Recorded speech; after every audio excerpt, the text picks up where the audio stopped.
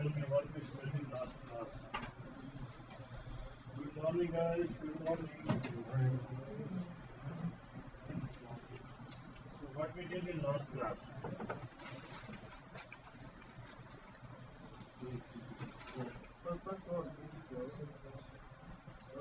The password should be welcome to the W capital.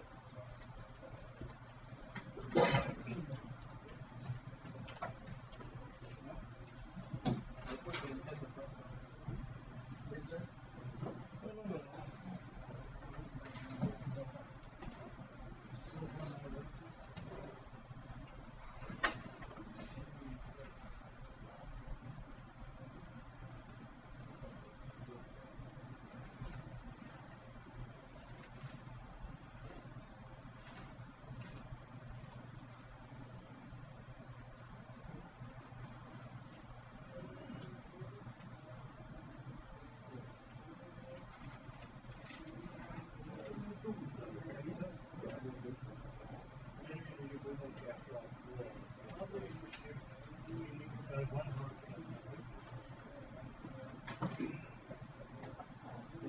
No.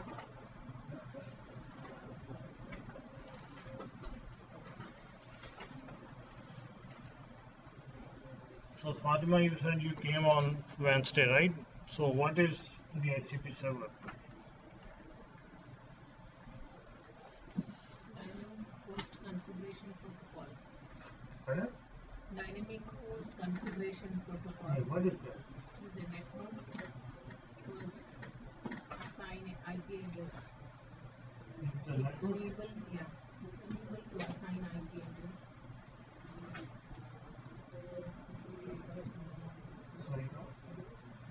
Hiding yourself. School. It's a scope. Salman. Salman.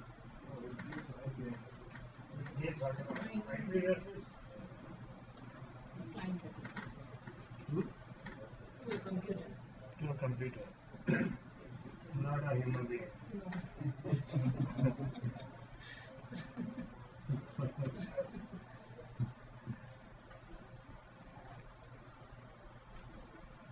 Sir, data.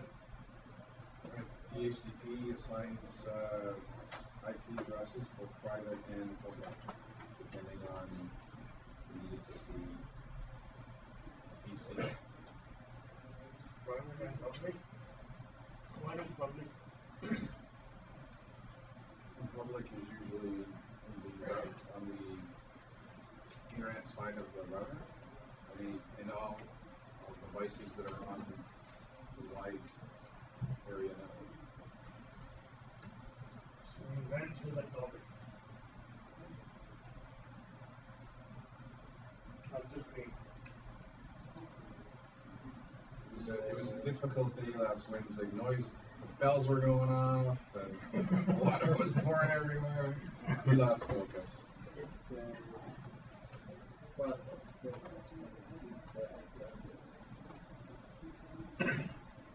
What can you repeat? it's a server. It's a server that gives IP address.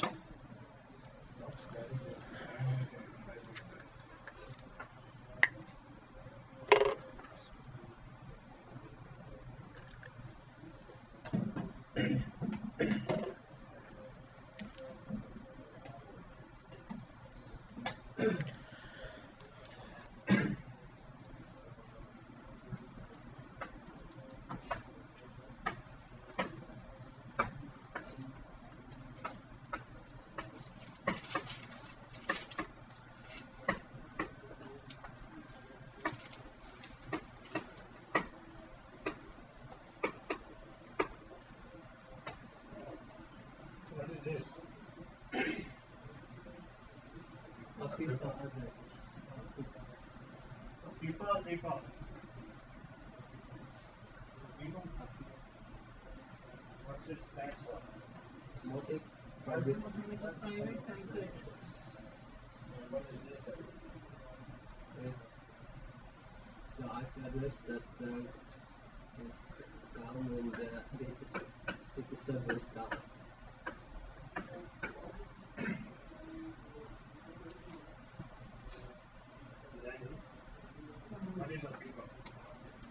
because when the DHCP goes down, the machine automatically give the IP address, assign the IP address to the devices, to any devices.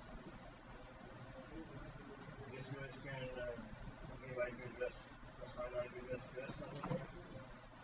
Which DHCP is not available. Yeah. This DC can assign IP address to rest of the 59 machines.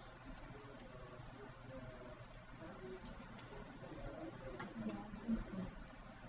Yes, automatically. So, But then it's a DHCP server which has capability Yeah, to so- assign IP addresses to others.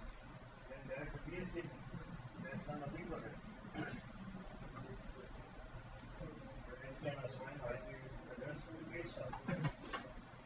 Only. Sorry. So private IP address. Automatic. One is for example, a computer or the system is not connected. When it's not connected, Yeah. With the internet. internet. None of our machines connected to internet. All of our machines are inside, right? Our, what environment we created, we have a server, we have two kind of machines. But none of them are connected to internet, but they have IP address.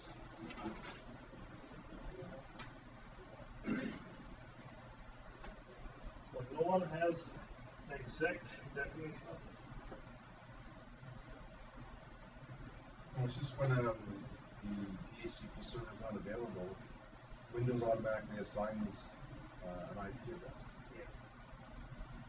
That's right. And that goes in the same.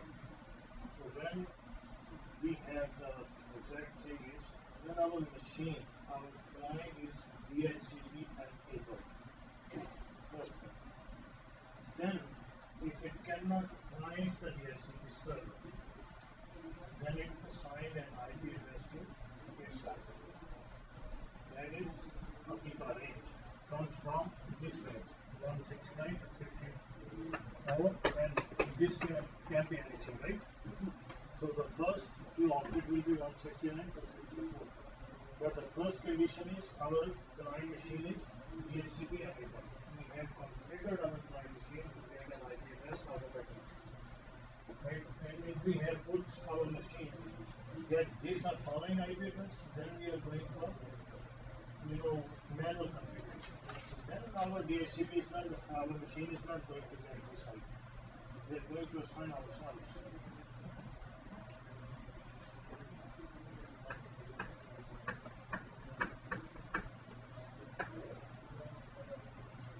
So everyone knows it's a dynamic host configuration protocol, and it assigns IP addresses. And so like I said, it's a scope. So like what is scope?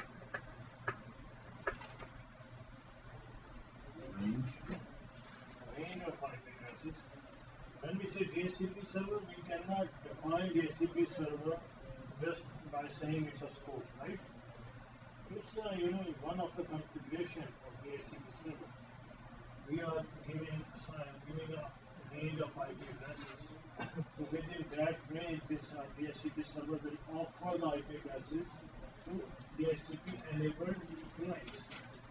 So it's a range of IP addresses.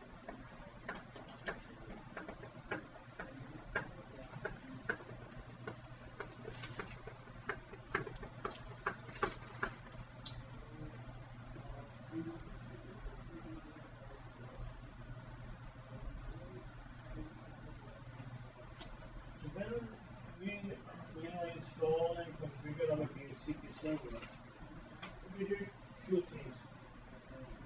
We give it a range of IP addresses. We said this is pool of IP addresses available to you to give to your DHCP enabled clients. Then we told him, okay, you have this one subnet mask. Right? We said it's 24 length. So we can identify what the network is. And then we configure some options. What were those? Default gateway. What else? DNS. DNS suffix, yeah, exactly. So, what is DNS suffix and what is DNS? Default gateway, okay, we know this is our gateway. We come in and browse, right? So, what is DNS then? Because we configured here default gateway, DNS, and DNS suffix.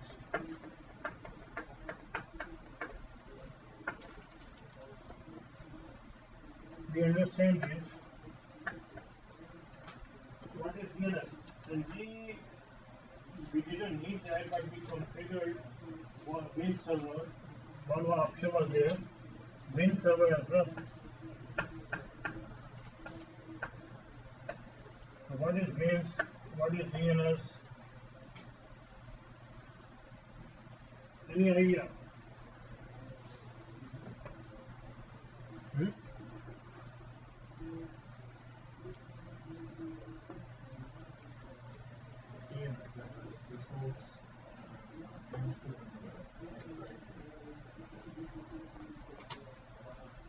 What it has to name to? What? Resolve or what it does? Resolve. So it is resolved, as Salman is saying, it's resolved name to IP address. When our machine turns on, immediate what it needs? IP address, right? So as it turns on, if it already gotten the IP address from DHCP server, good to go. Otherwise, it look for DHCP server, and then it's ready to serve us. Then what we do on top of it? We usually access internet. We open some files for this on our machines, right? That's what we are doing. Let it go. We always speak in different classes. So, what it does, we are, searching browser, using browser, we're searching different sites. We are accessing files and folders on our machine, anything that we are doing. If I type in my browser,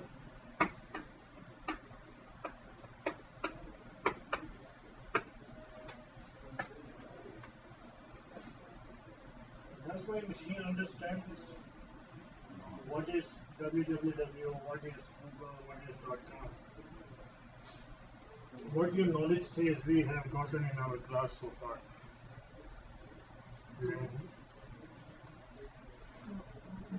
Does our machine understand? No. Then how they go to the internet? You type in your laptop www.google.com and click a file. There. Machine understand is a full qualified IP address, not Fully qualified IP address? What is that?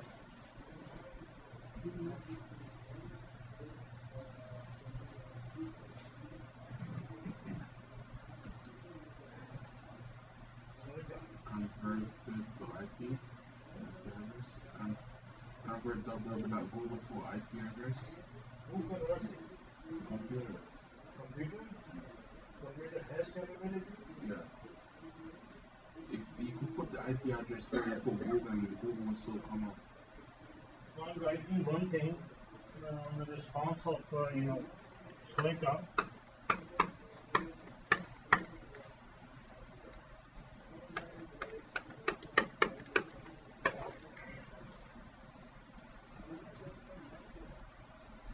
You got me there as well. I don't know what people want that. See, if you guys will speak, it's better. It's always better. So he said machine can resolve its name itself. Darren said no. So he is saying it can. What others says? Machine has capability. Someone sir?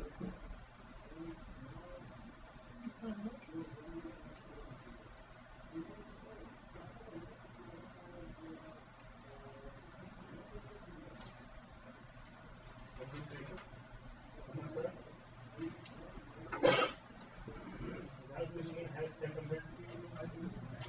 We believe. from the start.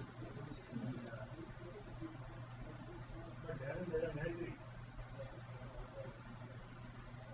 He's still doing like this.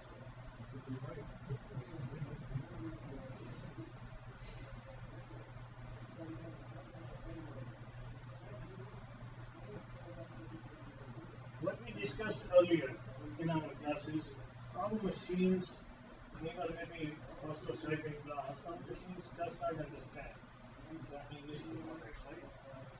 They know the digits. Even they know 0 and 1s of base, right? So there is a mechanism we, for ourselves, for human beings, we have converted them from binary to decimal and decimal to binary.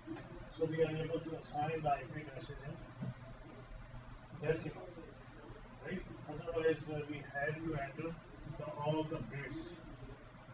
But now we have grabbed those mechanisms, so we are able to assign IP address in decimal numbers. But even then, this machine, our machine, does not understand www.google.com. But it goes quickly there. Before, even it's a fast, we are not blinking our eye and it's going there, right? When we are configuring DHCP server, we give DNS IP address there as well, right, in options.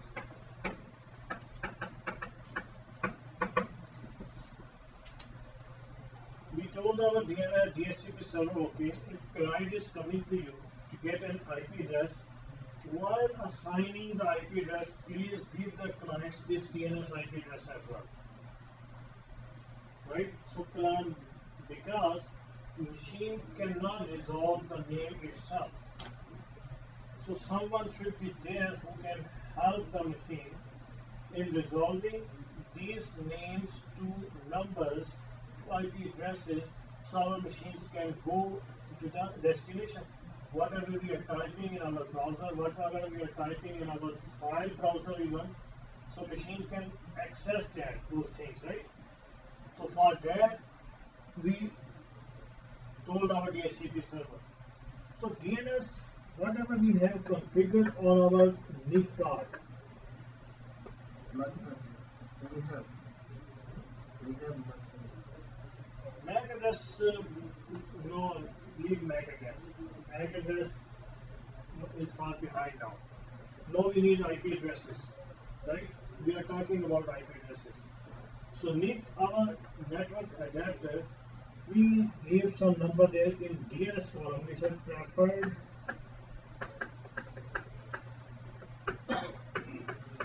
DNS.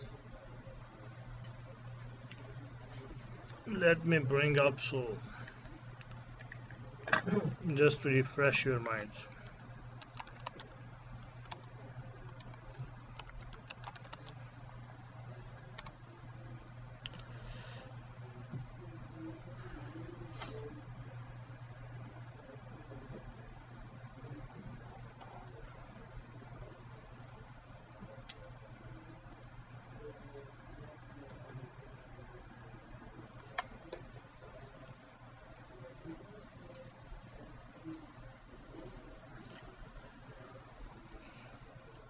So these are the fields we are assigning manually.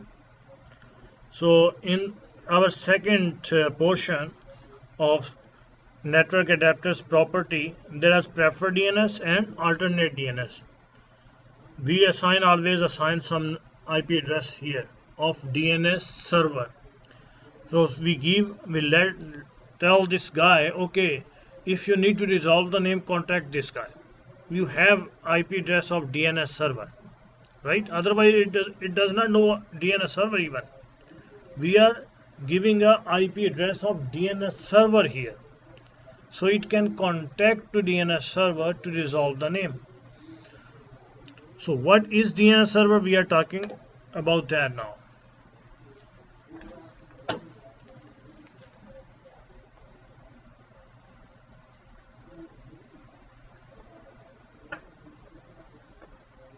Before DNS server, we had something WINS.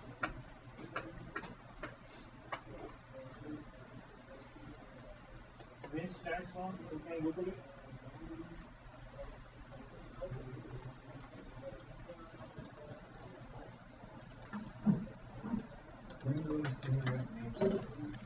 Windows Internet Name Server.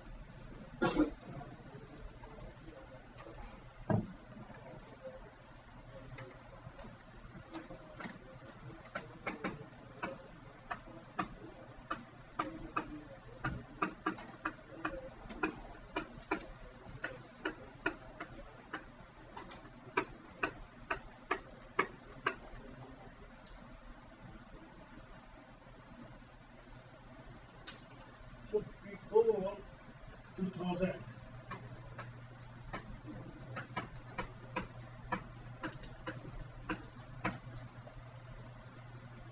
we had WIN server instead of DNS. So before 2000, what was that era? Anti. Anti-Windows was there.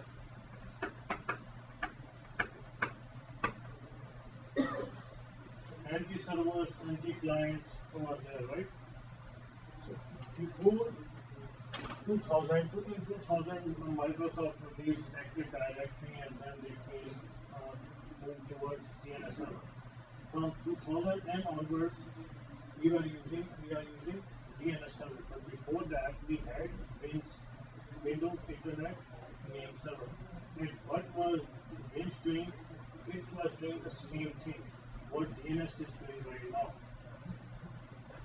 If we are typing any name, google.com, and we had configured in our name 192.168 10.10, our machine will contact this DNS server, WINS server, and if I'm saying it's a WINS, okay, who is this guy? Then WINS server has its own records. All the records the WINS server has, okay, I know this guy. Okay, this is the IP address of this guy, google.com, you can go to it. And after getting the IP address, our machines are able to go to that DNS server, the destination, Google, hardware, whatever it is. But the WINS limitations were, it was able to resolve only 16 characters.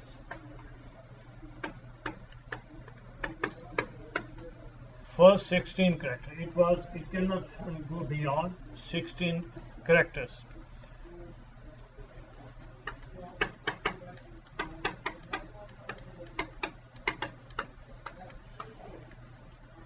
It cannot understand dot.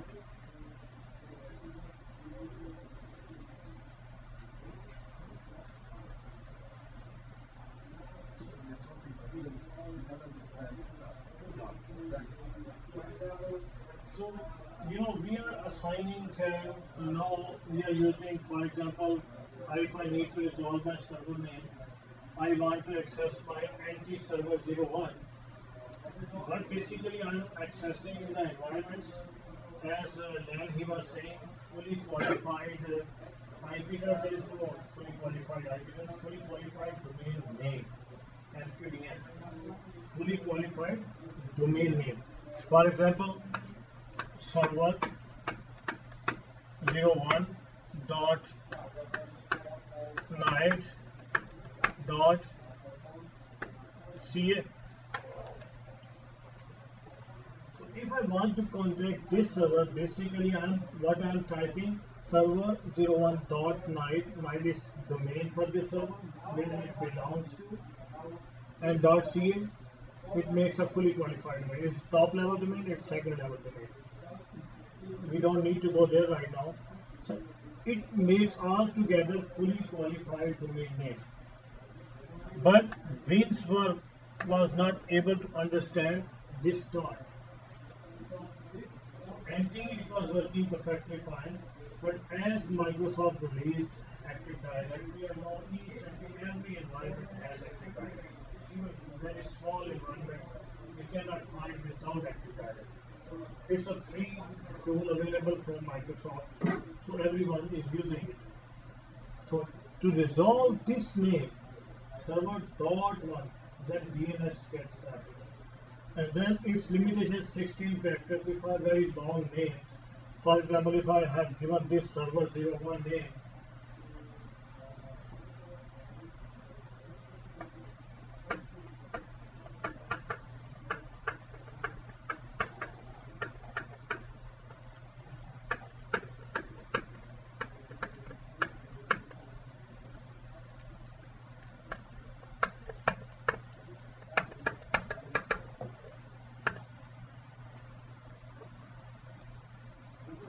so my 9 network server 01 production. I'm just coming up some example.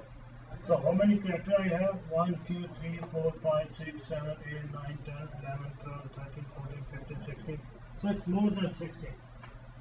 And the second server, usually what we do, we give it, okay, it's 01. Then I'm coming with the same name, 02. Again same name, 03. And if my Win server has capability to resolve 1, 2, 3, 4, 5, 6, 7, 8, 9, 10, 11, 12, 13, 14, 15, 16. After this. So my server, Win server is understanding only first 16 characters and it's leaving the rest. So can I identify my machines on the network? There will be no uniqueness. Now each and every machine have the same name. So how this stupid guy resolve the data to any IP address, right? It will not be able to give us a proper information. It will keep giving us the same IP address again and again. So this machine IP address, for example, we have here 10.10 or 10.1, here .2, here .3. It's possible we will keep getting the first IP address, this one, every time. Because Vince knows, okay, I have IP address against this name, first 16 characters. So DNS server,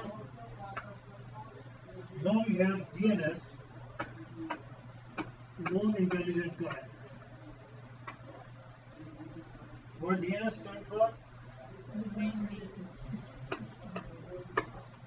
Domain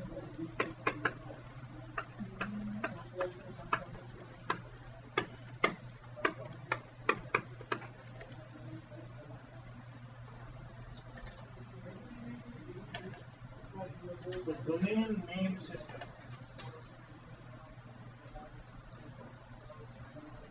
As everyone is saying, it's resolving the name to IP address. It has capability to resolve the name from name to IP and IP to name. It can serve us like that. When we install the DNS server, some records gets created with this with the installation of DNS server. What those records are? A record. First record gets created, A record. Then we have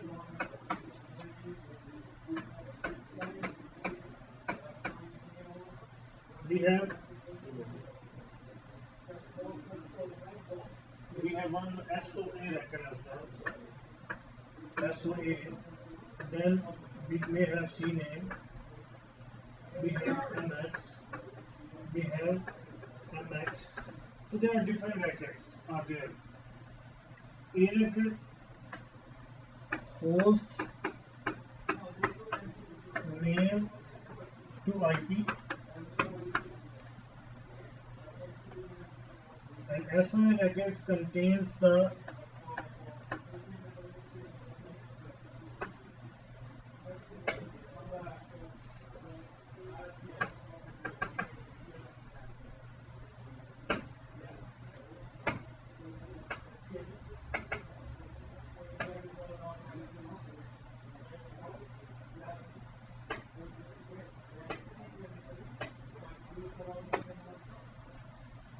so it contains the zone parameters,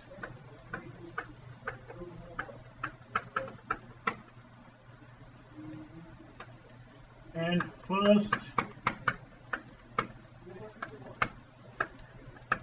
primary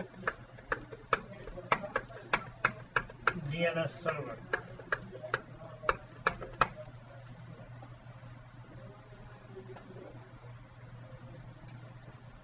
We don't usually use this CNAME much, but it's an alias record.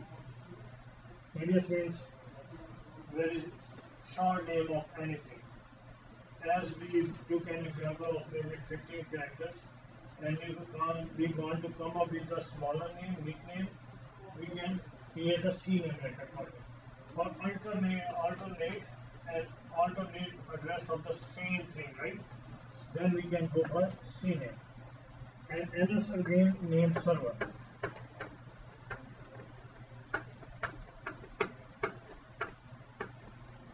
So SOA record, for each zone we have one SOA record that contains the zone parameters and the primary DNS server name. It will be having those things. And the NS, any other name server, and the DNS is a name server. So we are adding more DNS servers in the environment under the same zone. They will be get enlisted under this record. And MX record for mail. You know, for mail servers, whatever, if we have exchange in our environment, then we may be using this MX record as well. But the most important for us is A record. A record map host name to IP address. It resolves the name to IP address. Whatever machine we entered in our environment, come to the network, DHCP server knows this is a machine and it's getting the IP address from a DHCP server. DHCP server help that client to get registered in DNS as well. It's, you know, we say whenever we are entering a machine in the environment, it's getting the IP address from DHCP server and it's get registered in the DNS server automatically. And there is no automation. We configure the things, right? So there are two ways for that configuration. Either we can configure, okay, DHCP server can register any client on behalf of that client in DNS, or the client can register itself to a DNS server. So it's just a configuration. As to make the client DHCP enabled, what we did, we just check one box, right? It's like that. Not a big thing, but we had to. If it's a simple click, or if we are using a router for that, then we need to issue some commands, right? So host record we keep using all the time. Whatever the host we are entering. And what is host? We are using the word host again and again. Everyone understands what is host? The machine, computer, for example. Machine, computer. Right on. Name server? No, name server is not a host.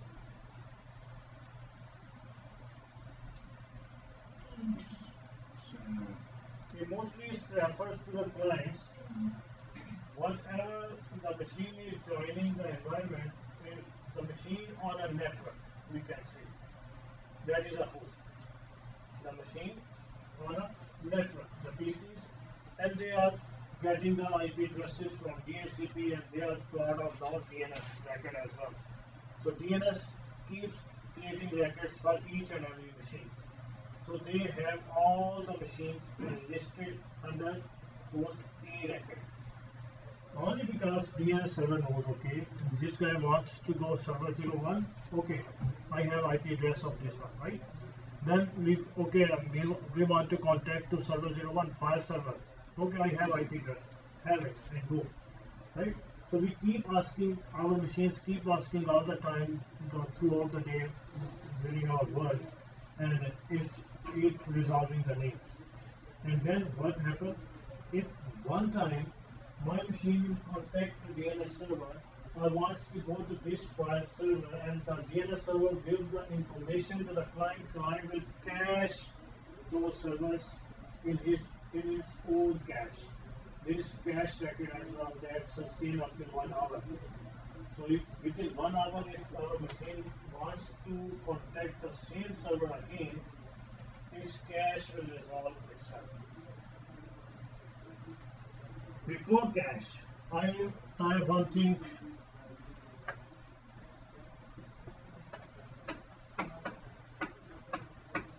So host file. And then I said cache.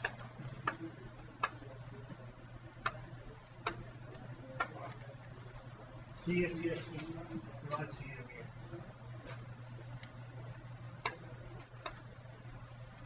CSMA cache.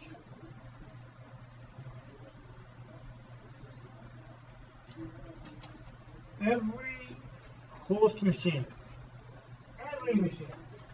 has one host file that stays on the system directory, and then system 32, and then there is a path. We can figure out easily online, right?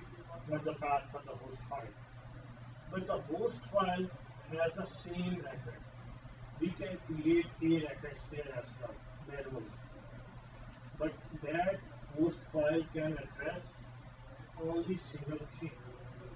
So if I am building host file on this PC, and this PC is helpless, we will have to create a shared records on this PC as well. So whenever we need to access new server, new website, anything new, we will have to keep updating this host file. But the DNS is in Microsoft side, now it's a DNS, Dynamic Domain Name System. It keeps updating itself. So host file, Google.com, and they will give the IP address.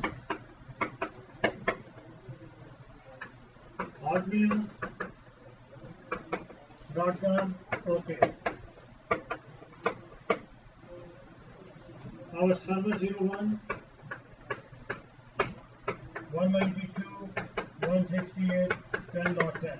So whatever we want, we will have to update the host file first. If we want to depend on this, we don't need DNS server. It's such that host file can take care of these things, and it will be keep resolving the names. Host file only. And when we contact DHCP DNS server, and DNS server resolve any name to IP address for us, we cache those informations. And that cache can sustain up to 60 minutes. So 1 hour. So within 1 hour, if we need to access that server, we are accessing, and then starts the time again starts from there. Again 1 hour, right? Our cache can hold those information for at least 1 hour. Most of the time, when we have access to one website or one server over the network, we don't need to contact the DNS server again. Most of the time, we get resolved from our cache, And if we are updating our host file from our host file, and then DNS server.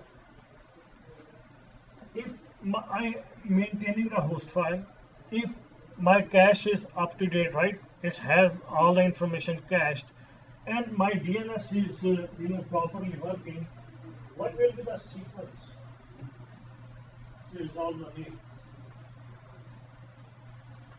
Go to cache, you can't find it with a host file, and then it goes to your DNS, your primary DNS, and you can't find it there. It goes out to the internet and looks for one of the 13 servers with a .com and merges it straight up.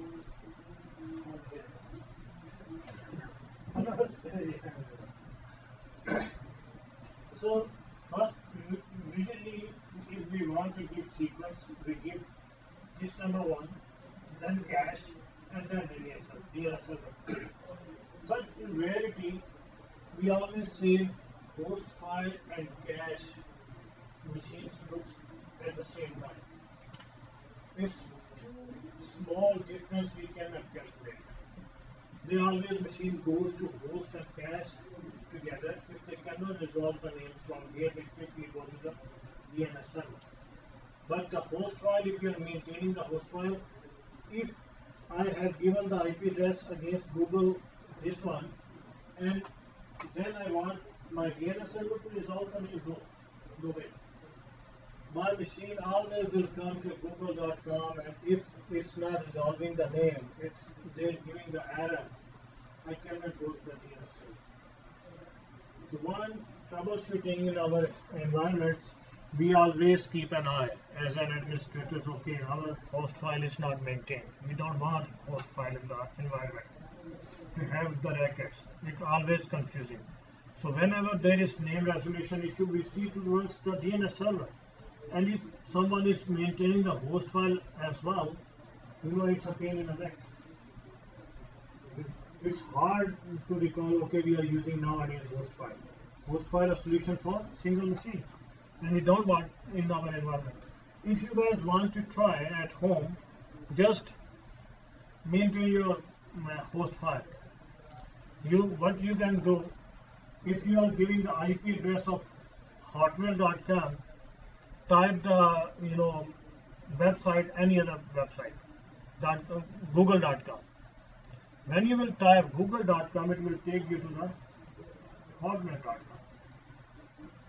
Your machine knows, okay, this one is a hotmail.com and Google IP address. Mean to say, if I'm typing, I maintain my host file like this, 4.4.10.2 in hotmail.com, right?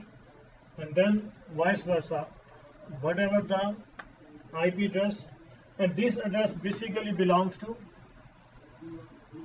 Google, right? Its IP address is of Google right here, 2.4. It belongs to Google, and I am telling my host file, no, it's a Hotmail IP address, right? Whenever I will type Hotmail, it will take me to this site, and what this site is? Google. If you guys want to deceive your kids, you guys can. Very easily.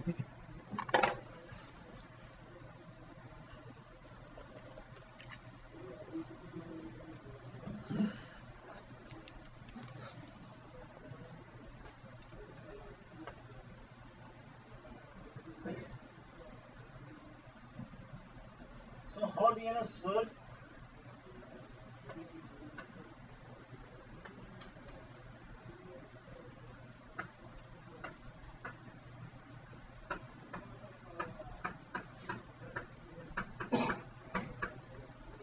It's IP address of this PC, and I have configured in my network card, so 192.168.10.10 is DNS,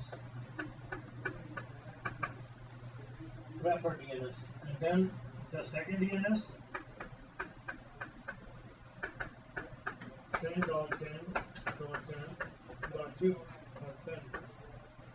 This is my DNS IP address. I have told my PC, if you need to resolve the name, please contact these two servers. And where these two servers are? Anywhere in my environment, these are my own DNS servers. So this one is 192.168.10.10. Then I have another DNS server 10.10.10.10. So this prime knows if he needs to do Google,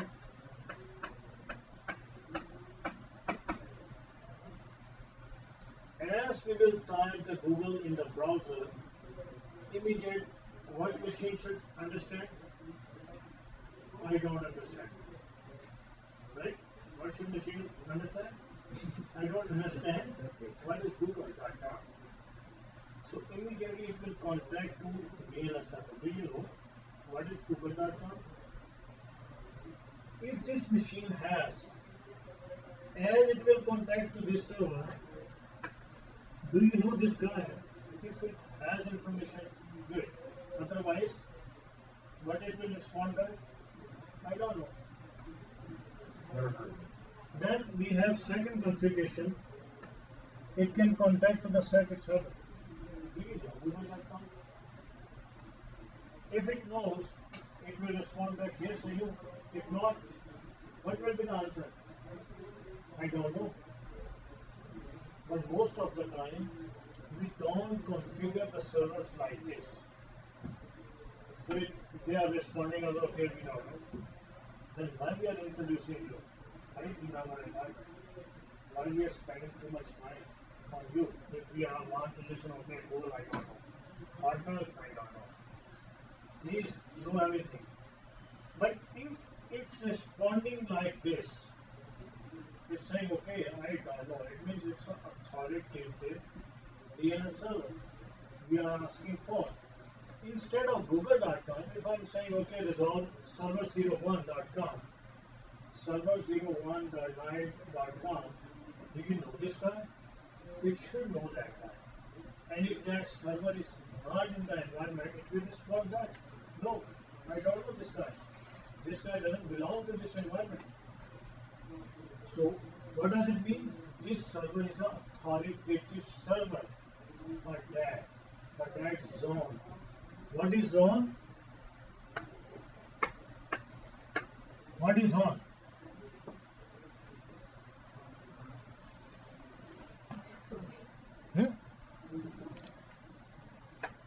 See, if I have server 01.night.ca, this one is a zone.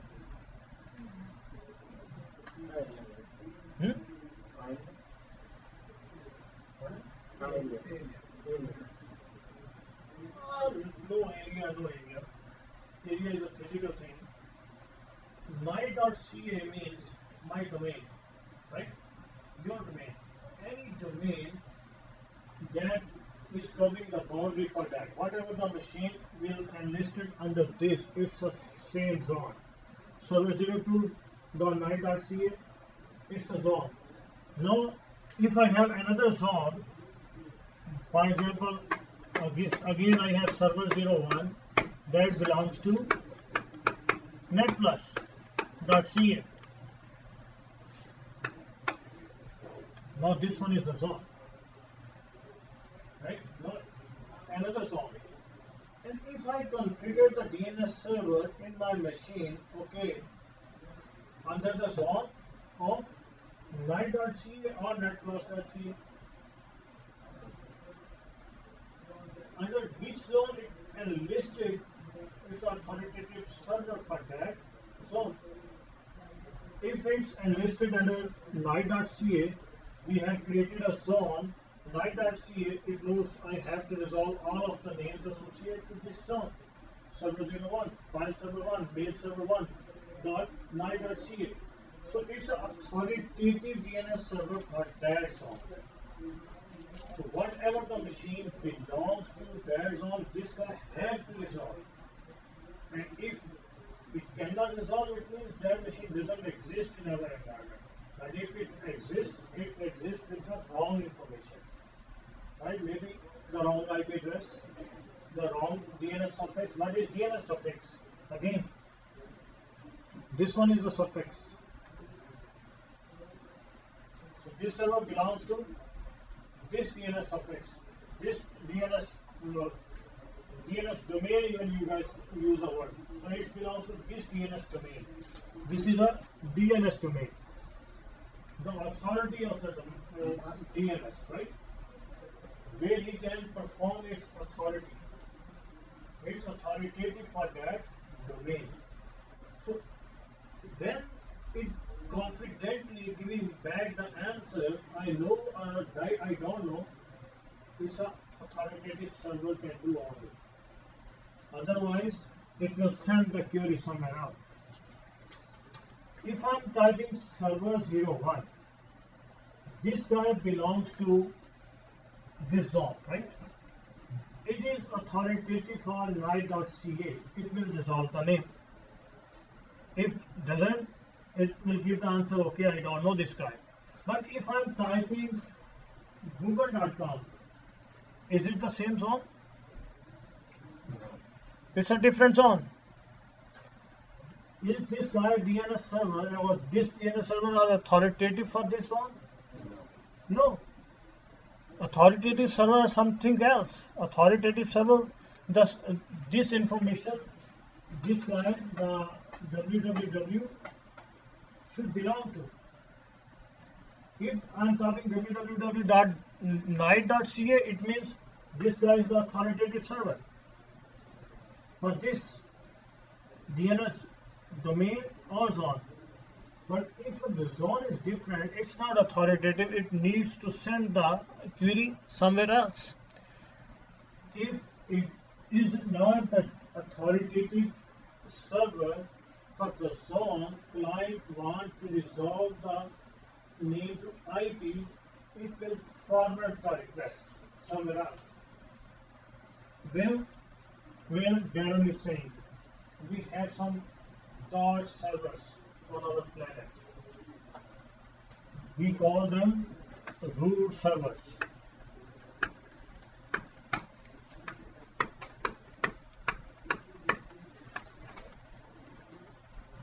Basically they are dot, and we call them root servers.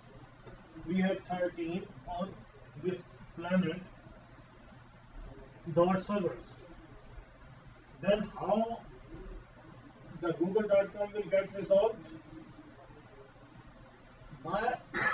This machine will contact to this DNS server. Will you know this guy? He will check either it fall under my zone or not.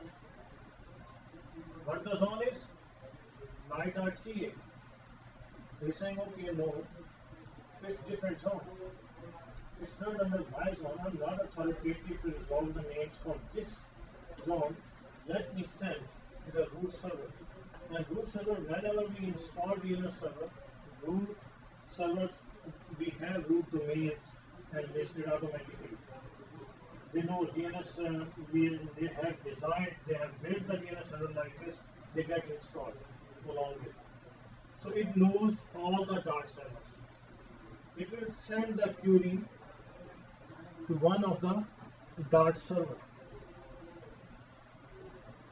Do you know www.google.com? It will let it know, okay man, I don't know what is google.com, but I know .com because it has all the .com, .edu, .ca, NAT. So whatever the dots we have, we are seeing the top level domains we call TLD, they know it will send, okay, I know this .com and it will respond back, okay, I know the .com. And now this guy will send again the request to .com. Okay, do you know Google? Now, where the request is coming? This .com server. And then under .com server, there are plenty of, so Google.com, Hotmail.com, as many as we have, right? The domains with the TLD.com. So it will send the request now here. Do you know Google.com? This guy will let you know. Oh yeah, I know who is Google is. And he will give the address of Google. This guy will give back the address of Google. Okay, contact this guy. This is from Google.com. And now the server knows what is the Google.com is. It will give the info to the client. Okay, I have found the IP address of Google.com. You can contact that guy. And now then you will send the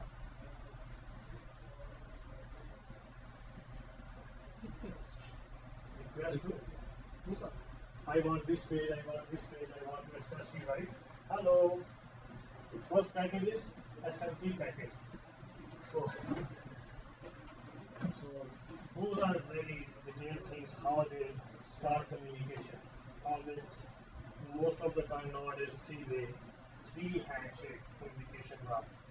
So they will contact to Google and conversation gets started. But see what the process is, and it happens like this. When a field traffic is going around the world and coming back and forth, and then we are able to contact to Google. We are enjoying, okay, just try the Google, and if there is a milliseconds delay, we are worried, okay, man, my network is not working properly. My internet is very slow, right?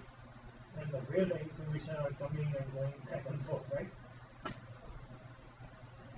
See, if we just cannot tolerate few milliseconds delay, and we are worried our internet is slow, what about the CEOs and other guys, right? They always have an eye on the IT guys. What are they doing?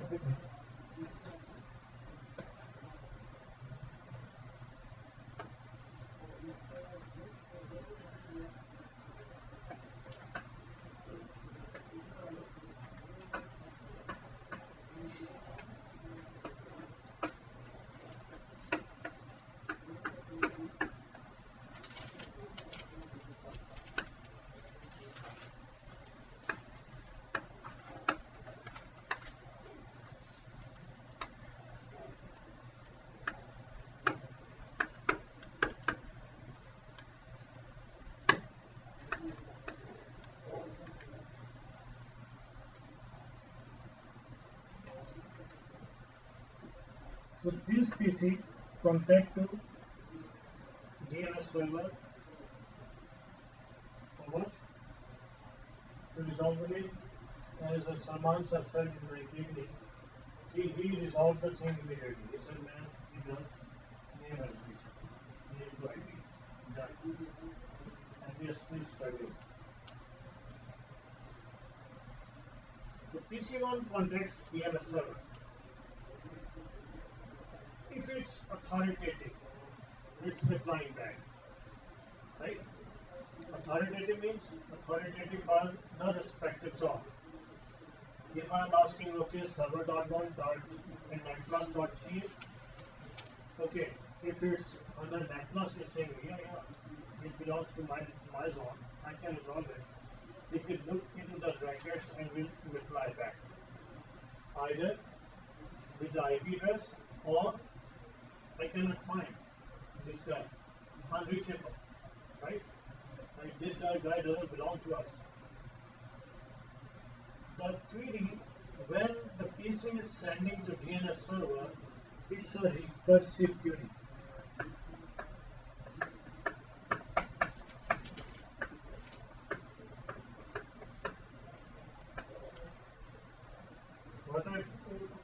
query is this one, recursive query. What type of this query is? When a computer is depending totally on another machine, it's shifting the responsibility to the DNS server. Okay, please resolve this. Right? It's saying I have no other right, no other option.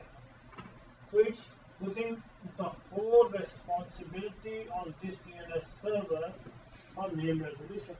When it's putting the whole responsibilities on any other machine to do something, it's a recursive query. Now, after putting the responsibilities on this DNS, now it's sitting idle and waiting. Then the name will get resolved, it will contact the destination, otherwise no. And it's just waiting, it's not doing anything. So when it put all the responsibility on the other machine, it's a recursive query. But now this machine has taken that headache. No, I will resolve it. So it sent a query to the root. What this guy is saying now, DNS, he's saying, okay, man, do you know google.com? What google.com is? If you know, please let me know. And if you don't know, please let me know to whom should I contact to resolve this. Now it's not putting all responsibility on God root servers, right? It's saying, okay, if you can resolve, please resolve it. If not, please let me know where should I contact, to whom should I contact to resolve this.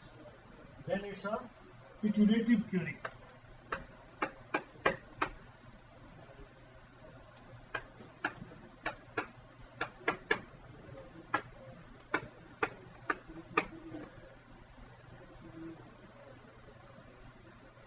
And if this guy is doing the same, this DNS server is doing the same with some other server, in our environment we may have configuration like that. When some DNS server is putting all the responsibility on another DNS server, okay, do it, resolve it please. Then that is a recursive query. Over here we are taking the example of PC1 and DNS. We can change it to one computer and second computer. All are computers.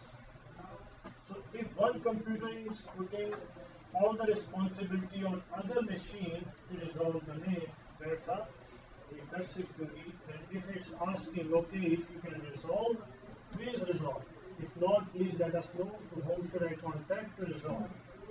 Then that's a iterative query.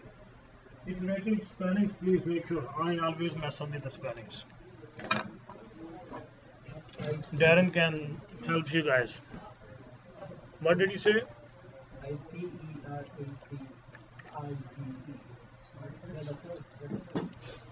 ITE?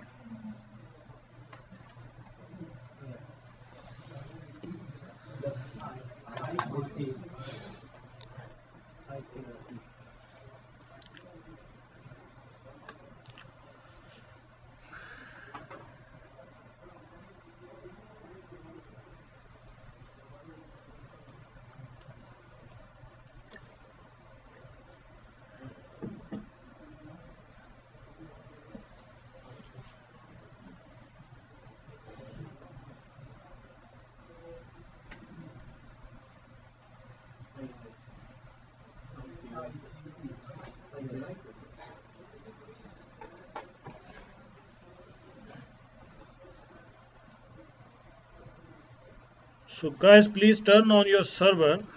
Let's install the DNS server as well.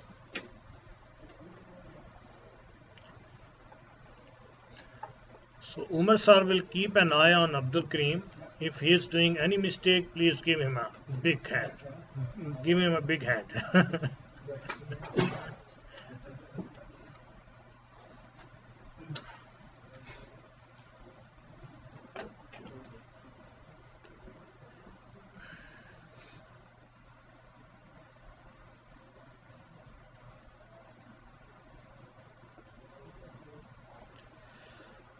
So server is open for everyone. Ready to go? Just please let me know when everyone is ready. So guys, on your dashboard, we have on the dashboard add roles and features, right? So just click on this add roles and features, and then it's a before you begin it's a intro window always, so please next. And then installation type, it should be role based, that's by default selected, so click on next. And in server selection we have only one server that is selected already, so click on next. And then we have on server roles page. So when Abdul Karim said it's a server, it's a DNS server, absolutely right. When we have installed a role on a server, then it's according to its own role. It's a DNS server then. So then click on DNS server, checkbox, and then add roles and features wizard opens up. Click on add features, and then please next. Next again on features page, we don't need to select anything, and then please next, and then check mark for restart the destination server automatically if required. Check that box, do yes, and click on install and let it install. So if done for everyone, please click on close. So now what to do? Click on tools and then DNS, the fifth option.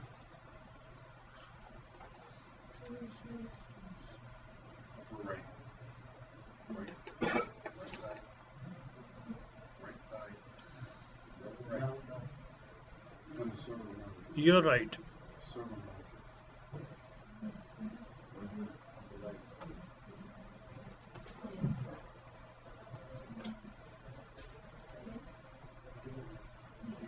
DNS. So it depends which one is right for him or her.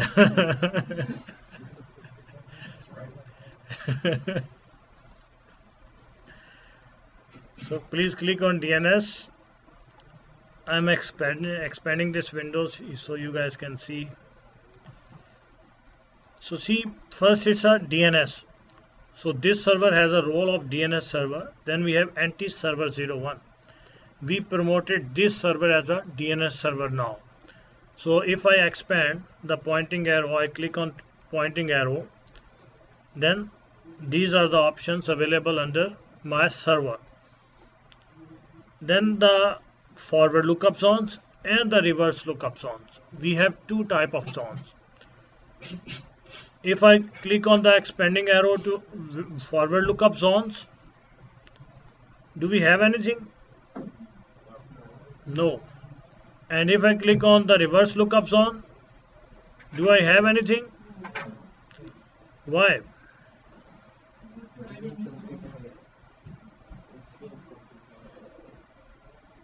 Why, man?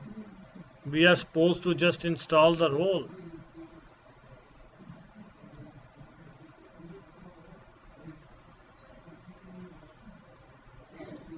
No? Tell it where to go. Do it once, so it'll do it forever.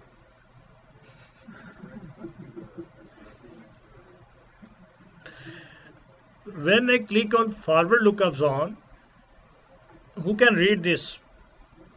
Add a new zone. Domain name system allows a DNS namespace to be divided into zones. Each zone stores information about one or more Contiguous.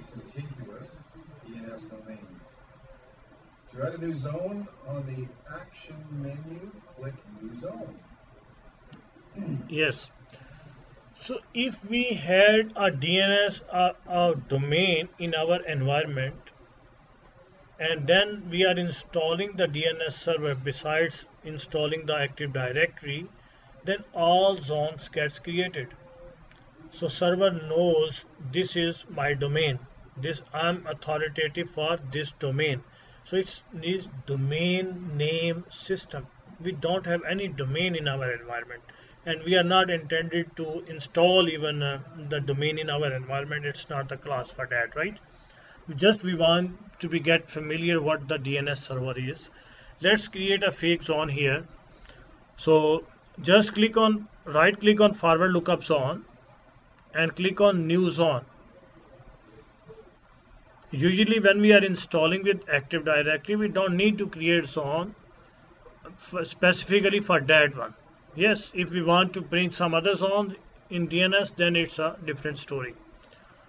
So please click on next. And now we have 4 type of zones here. The first zone, primary zone, Salman will read for that. Create the copy of your zone that can be updated directly on the server. What does it mean?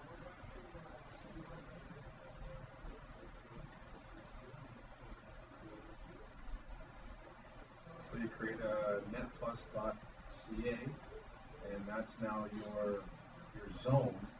And if there's anything added, like parent.netplus or suma.netplus.ca, it will register it into this zone on the server. If I'm adding under netplus.com darren.ca or salman.ca or umar.ca, those will be again a separate zones.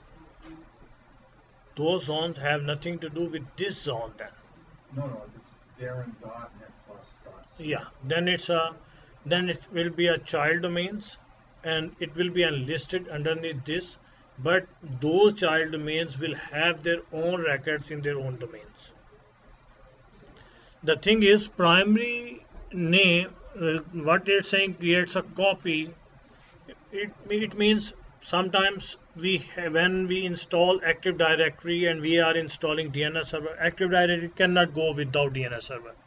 DNS is a prerequisite for AD, so we have to have DNS server. So zones gets created there, and we are adding another DNS server separately. We have to create a primary zone or something else. But here a copy means we are creating the first copy. We don't have any zone before. It will be the first copy, but the primary zone means editable zone. We can play around with this zone.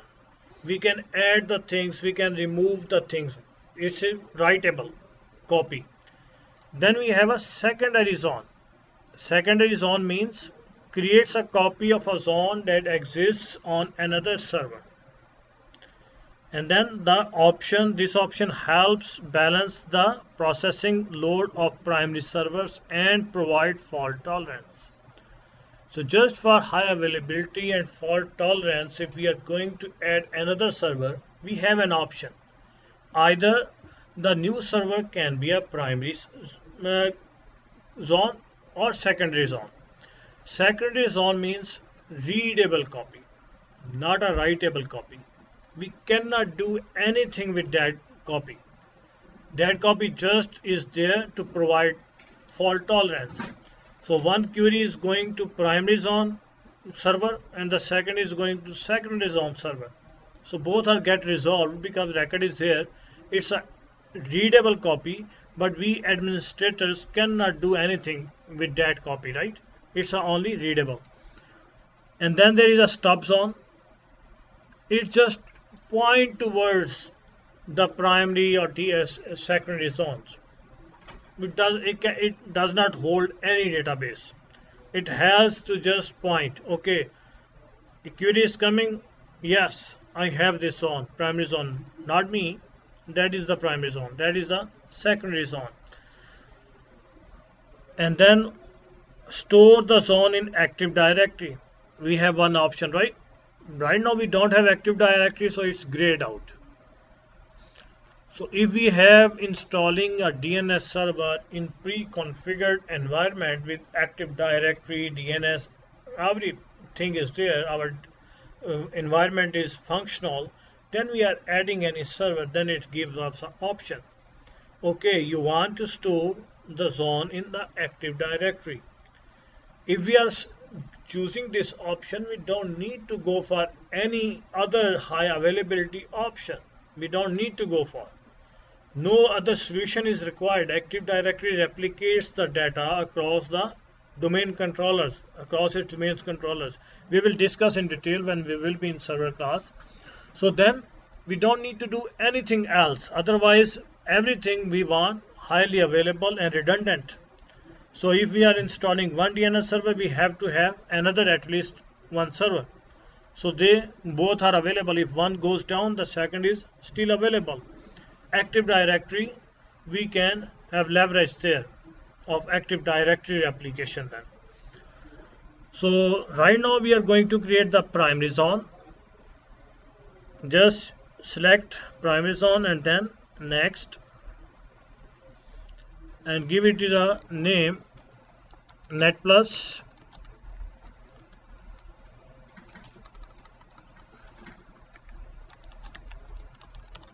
netplus.com. So next,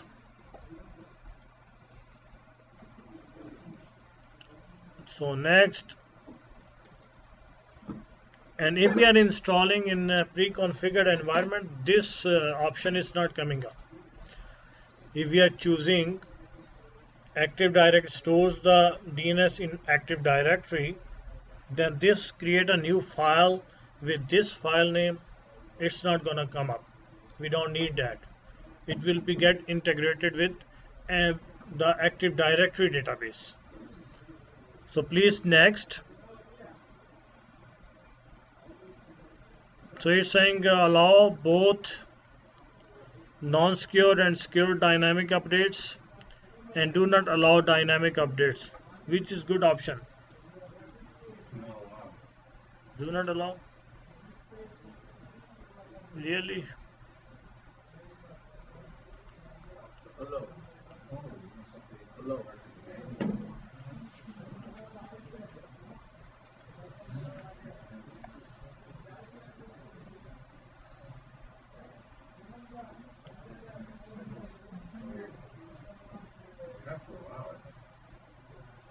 Otherwise, if it's not dynamically updating the records, then again it's a host file type thing. We will keep maintaining the records then, right? So we want it to dynamically update the records. So allow, because first option is the best option. Allow only secure dynamic updates recommended, but Active Directory is required for that. So that we don't have Active Directory, so allow both secure and unsecure and secure dynamic updates.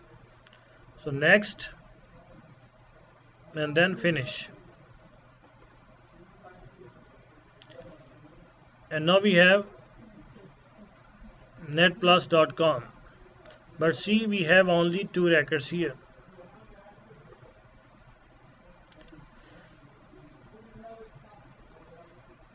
So these informations, please remember these things when we are doing these things. It will be helpful in understanding the DNS when we are in higher classes. Right now, see, we don't have any Active Directory and we install the DNS. When we will be in active on those classes, will not have option to install DNS without Active Directory. We will be moving with the Active Directory and all the records will be there automatically. So right now we can see what without Active Directory is. See, we have only start of authority and NS. Right? It does not pick the records of the client machines. Right? So we have to update the records here if we want. With Active Directory, those records will be show up here. So name server and NT server 01. Name server means DNS itself, and SOA record, the first primary DNS server. Which one is that? in the same server. So if we will add more DNS servers in this environment, the first SOA record will be the same, there will be no change, but there will be another name server record. On the NS, there will be another server get enlisted. So how many DNS servers we will keep adding to the environment, they will be under this NS only. SOA will be the only one bracket, and that is first DNS server in the environment. That is SOA, server of authority. And what is reverse lookup zone? To resolve IP to name. Most of the time we don't configure these records unless some of the applications required by some applications or some of our environment services, then we have to. Otherwise usually we don't configure reverse lookup zone, we don't need.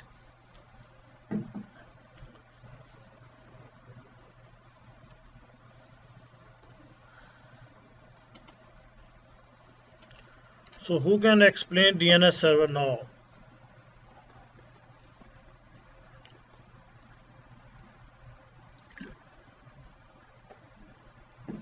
Silence. Silence can't explain anything. There should be some voices.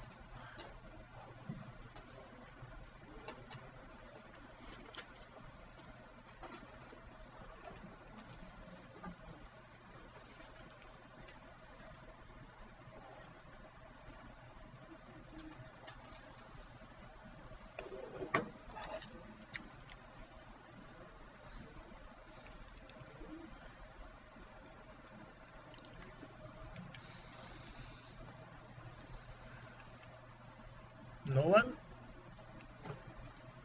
Sulman sir. Sir, come here and tell the class what is DNS.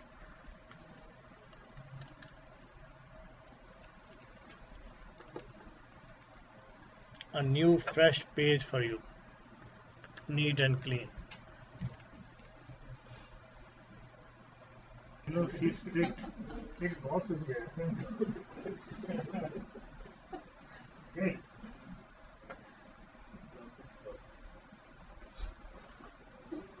So far we have two things in place. Before these two things we have learned all our 7 layers, how communication happens, right? Then we came to this one, our client. When we turn it on, what the first thing it looks for? So for IP address, if it's manually configured, it's getting the IP address. It doesn't need to look that. So then it looks for DHCP server.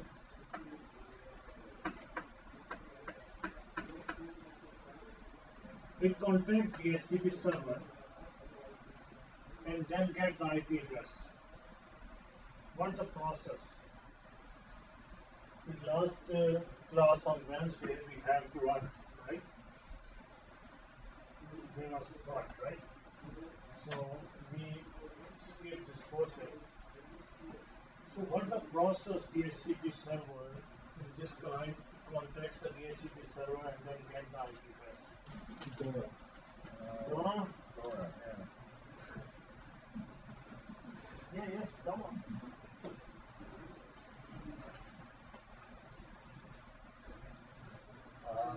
The client will contact the DHCP server by So Dora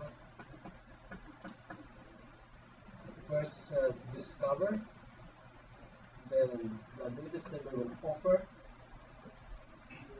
and request the IP and acknowledge by the DHCP server to give the certain IP. Now you guys understand, right? What the Dora is. So let's move forward. You know,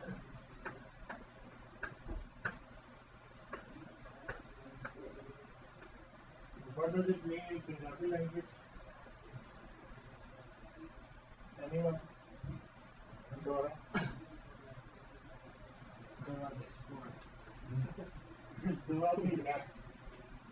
Now listen, right? So in Punjabi language, Dora says left. So, You speak Punjabi? I can. Otherwise, my language, mother tongue is Urdu. Karachi, right? You're from Karachi. No, I'm from Punjab. I'm from besides Lahore. So you should know Punjabi. Usually we don't, but I can. I'm very fluent. My mother tongue is Urdu.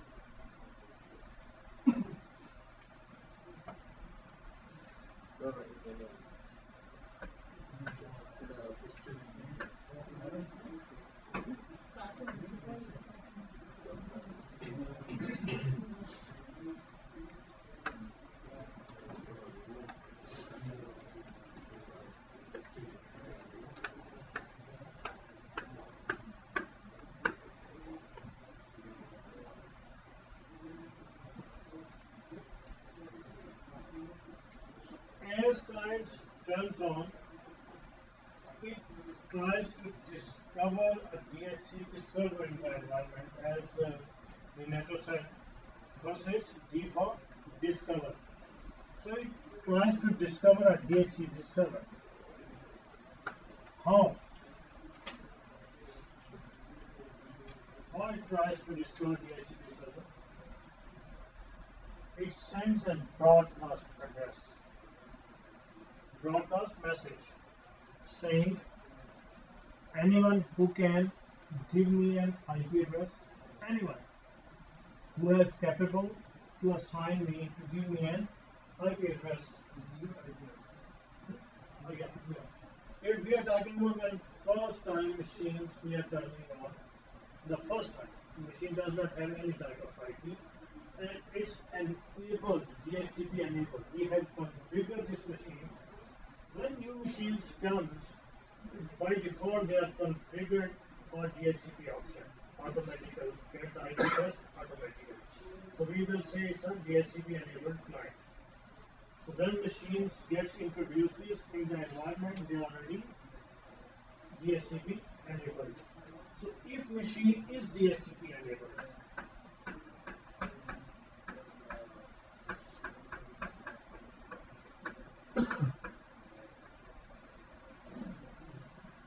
then it will try to find out a DHCP server in the environment by sending a broadcast message. Who is capable? Who can give me an IP address? And we say discover. So it tries to discover a DHCP server. And if we have one DHCP server or more than one DHCP server, they offer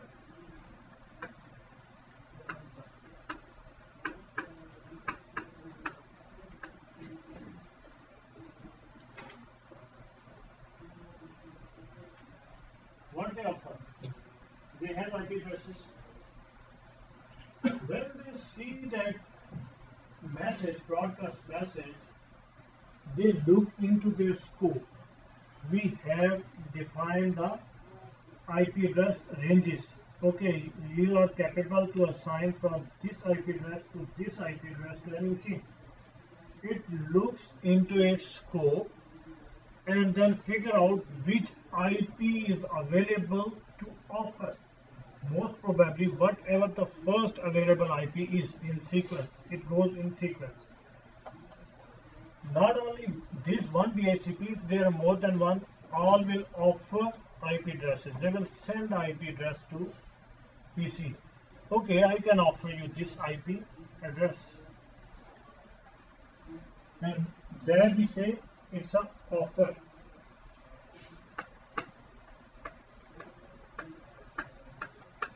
IP address.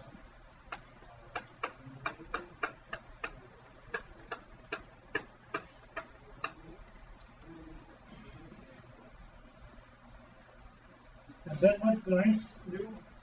Client looks the IP addresses, all of them, right?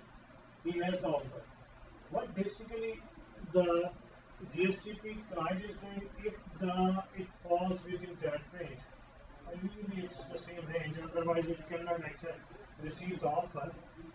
The first DHCP servers offer the PC get, it accepts.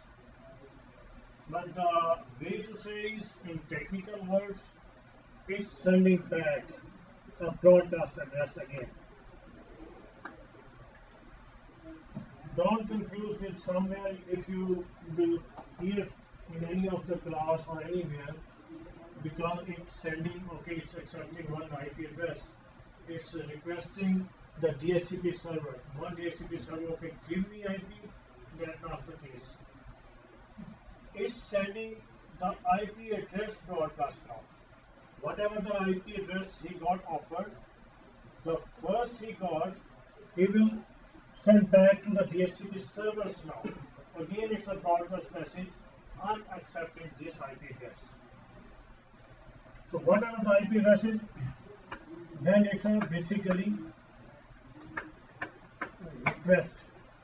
Okay, can I request this IP, but it's telling back the IP with IP address. For example, if it's got an offer 192.168.10.2, it's requesting this IP to the DHCP server, and from the DHCP server, this offer is coming. It acknowledges by sending the IP along with all other information.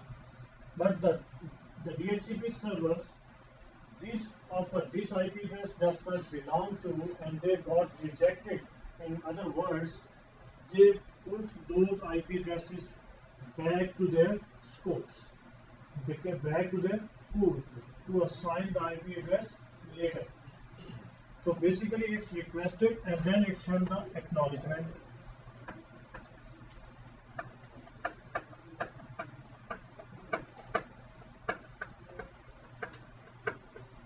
It acknowledges the request. How? IP address 192.168.10.2, subnet mask 255.255.255.0. Then what other things it's sending in acknowledgement? Now this guy DHCP knows the client is requesting IP address from me. The server now is not getting IP address from any other DHCP server. It's going to get IP address from me. And now it's my responsibility to give all the information to the client so client can perform over the network properly. It can function over the network properly. It's not sending back acknowledgement with this IP and subnet mask, but also all other information like default gateway. For example, 192.168.10.1 DNS. And what is DNS? 192.168.10.10 we took in the previous example, and then DNS suffix.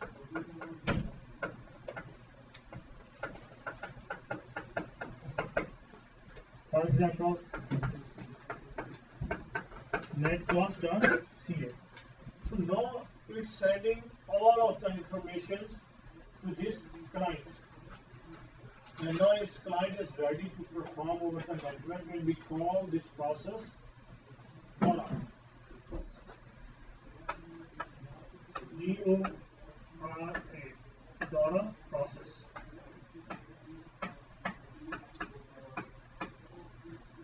Discover, offer, request, acknowledge.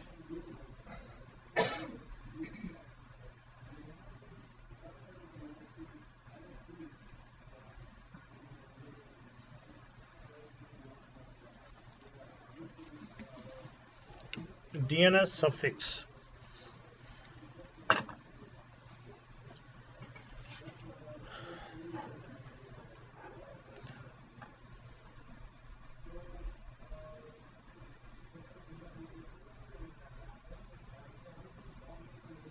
So, Sir Soika, can we have break now? You are the one that's supposed to decide. No, no, it's okay.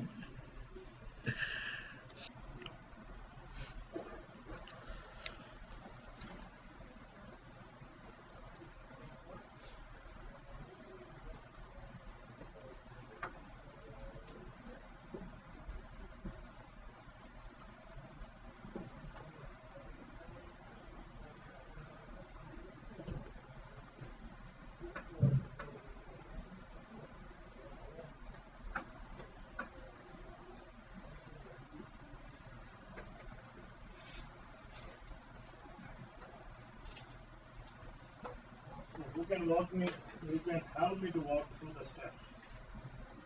So what this guy need after turning on? IP address. IP address. From where?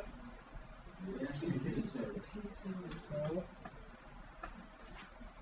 DHCP. And he will get all the information, right? IP, subnet mask, default gateway, DNS. And now, when he will turn anything, where he will go?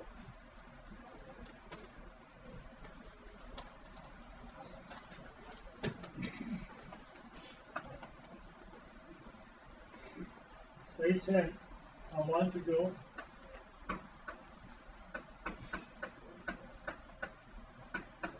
Microsoft.com. What this guy will do? You see? So we do test. What it will do? See, first this guy contacted to DHCP. He got the IP addresses. Now he has these information. IP row, DHCP row, done. Now he wants to access Microsoft.com. Where it will go to resolve this?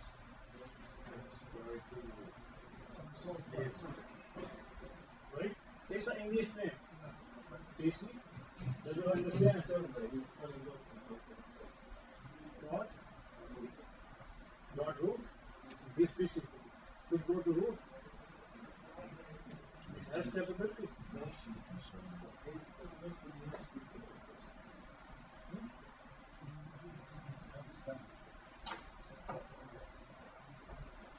So it will contact this DNS we have configured whatever he got from DHCP server. This DNS server, for example, 10.10.10.10, that is here.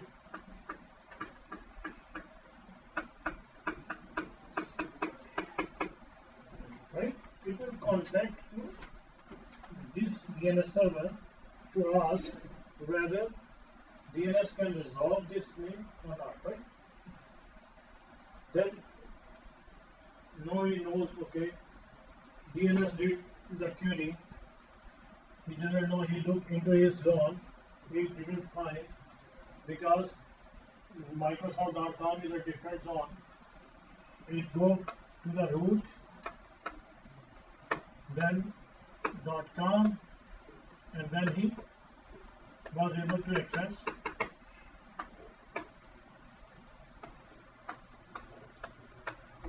So what was the process happened, right? DNS, it resolved the name. Now he can go to the google.com. This client. Can he go?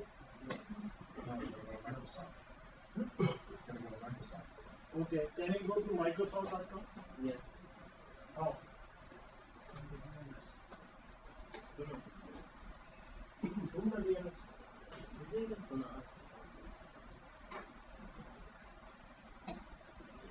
Our PC turns on. Got the NIC configuration from DHCP server. Whatever he got from DHCP server, Now he wants to go Microsoft and he got DNS from DHCP. He contacted that DNS server to resolve the name resolved. Resolution done. Now this PC has the IP address of this Microsoft. For example,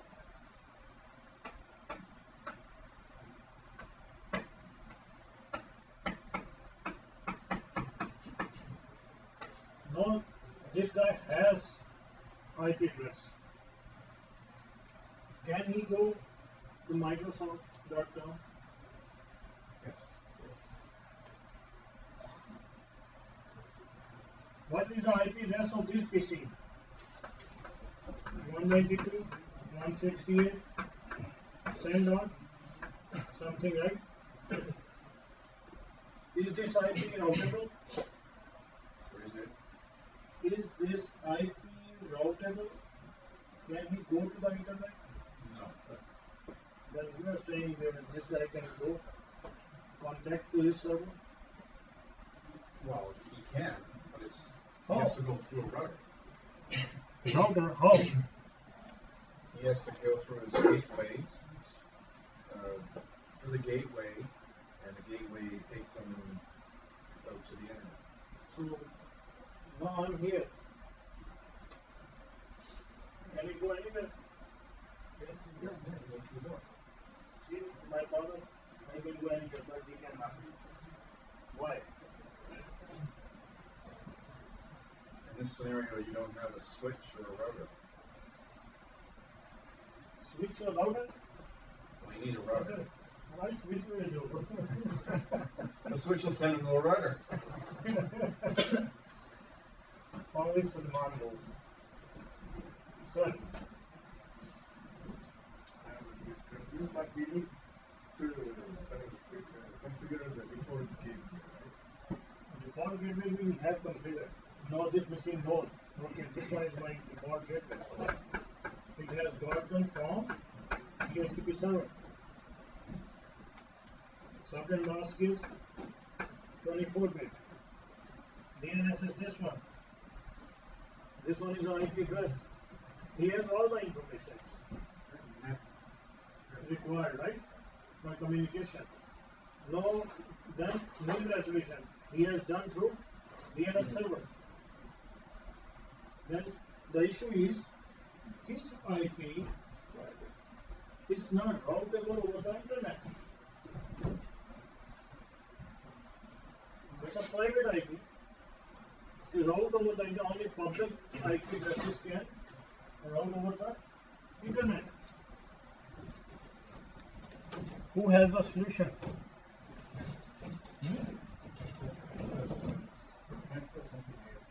Net something? Yeah, you are getting there. Good. Yes, madam. Any idea, Abdul Karim? Sitting in the corner after 50 classes, after missing 50 classes, right?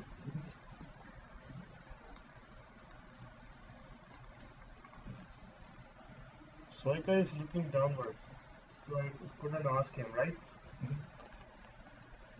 So guys, as we were talking in the second class, private IP addresses or private IP addresses. As we said that day, IP version 4 can give us up to maybe 4.2 billion IP addresses. Way less than our population now. And way less than our devices on this planet now. We have one technology that helped us to still stick with IPv4, and that is NAT.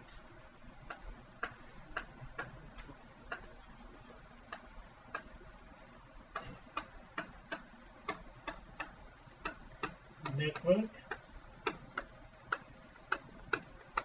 address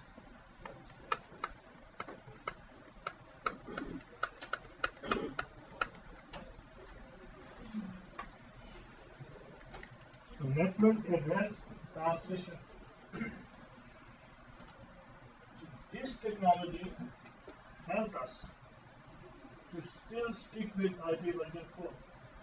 What we did, we may have now private range of IP addresses we can use within our LAN, on our LAN, and then we have public IP addresses who can route over the internet. And if we are using thousands of private IP addresses within our environment of LAN, we still can use only one public IP address. And the public IP address is a thing that should be unique all over the globe. Private IPs, we don't need to be unique, right? Those IP addresses should be unique within our environment. The same IP addresses can be used by some other environment, right?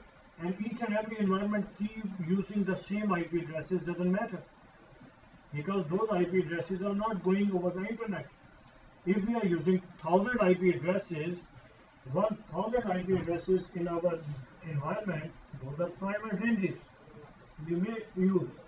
But to go over the public internet, we need one IP, maybe two IPs for redundancy, maybe 5 IP addresses according to our needs, right? We may have different type of traffic. We want to isolate those traffic from each other's, right? Then we may have 5 IP addresses, not more than that. So those IP addresses, how we convert from private to public and public to private, this guy help us. And this NAT technology we can configure on the routers, on the firewalls. Firewalls has capability to route the traffic. They can perform work as a router as well. If I take the example of firewall,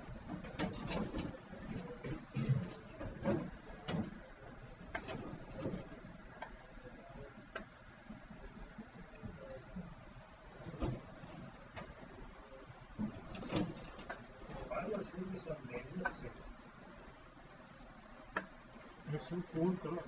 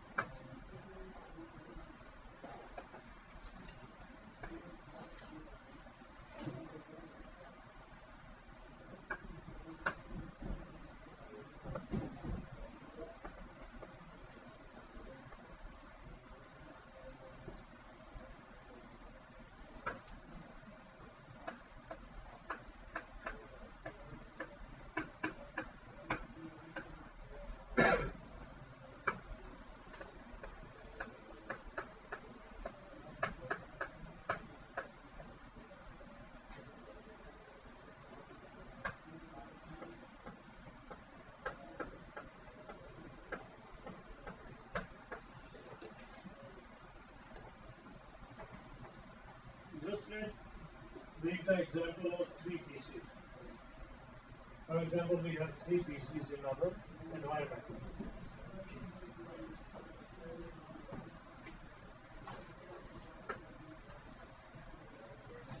This guy, after resolving the IP address to Microsoft, now it has IP address of Microsoft. What is that?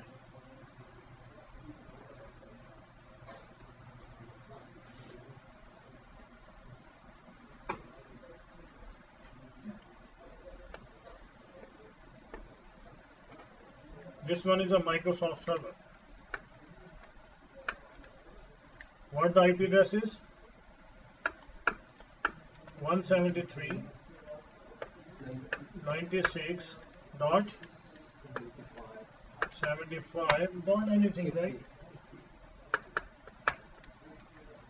So 173 96.75.50.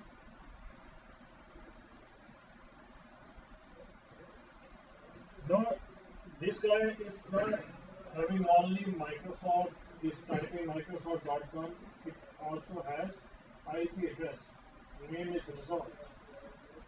Now it needs to route the traffic.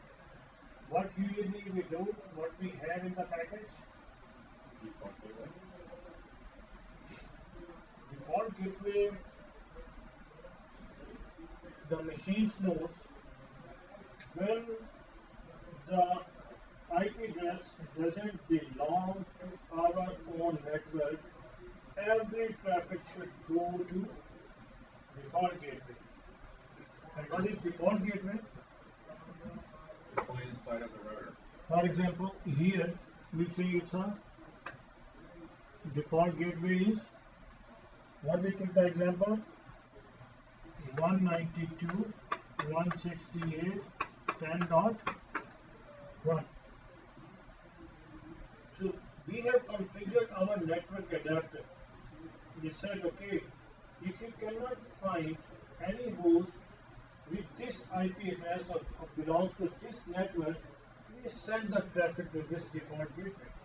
So this guy will take care of that type of traffic that doesn't belong to the local network. All traffic will come here. If we are not going with a detailed frame or packets right now, I just want to let you guys know what NAT is. So what it will add in the packet, it's saying source IP. So traffic is going from this guy to default gateway. What is saying? My source IP. What is that? 192.168.10.2. And my destination IP. What is destination IP here? 173.96.75.50. 173.96.75.50.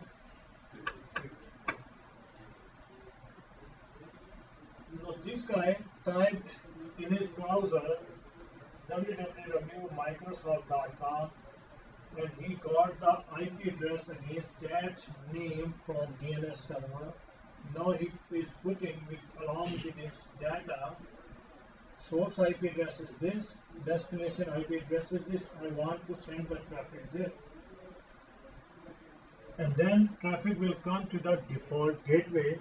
And what default gateway, this router, if it's enabled, if we have configured our NAT on this firewall, what it will do? It will send a packet out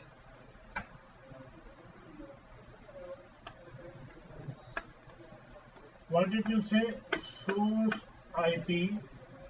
What will be the source IP now? The public address of The network is the 192.168.10.1 and the destination IP 173.96.75.50, right? And the NAT, right now I'm replacing firewall with the NAT. So now NAT will keep the track from where the traffic is coming.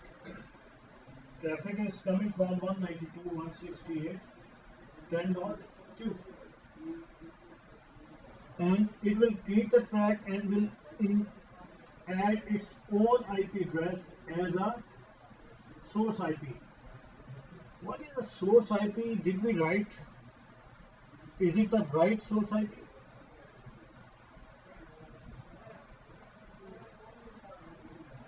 is adding source IP. You guys said it will add the source IP of its default gateway, and I accepted.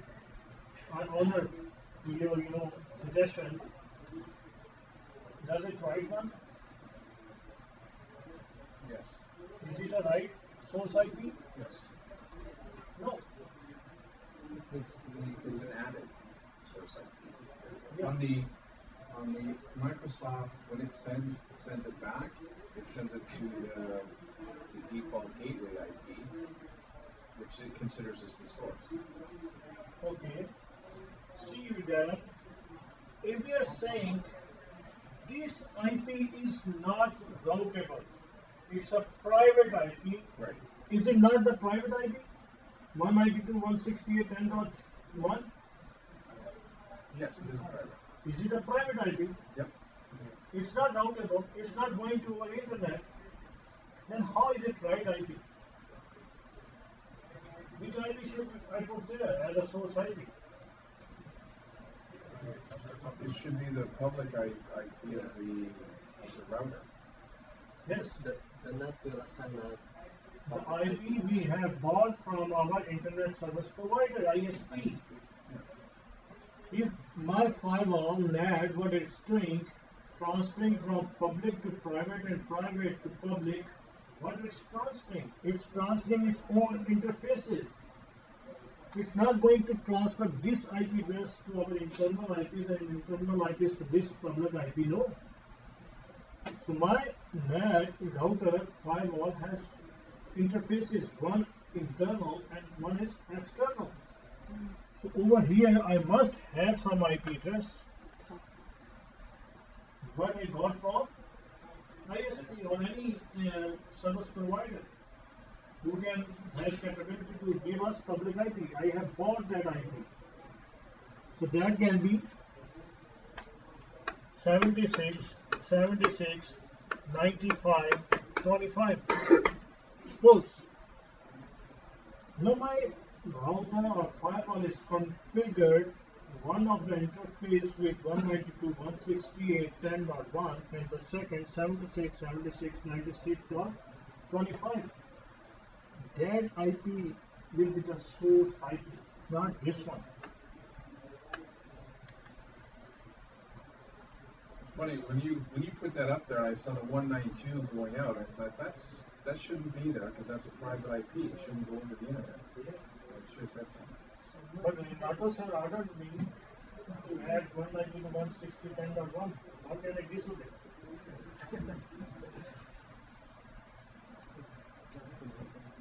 So my friend, if this IP range is private, all over the world it's private. It's not routable. The routable ranges we know.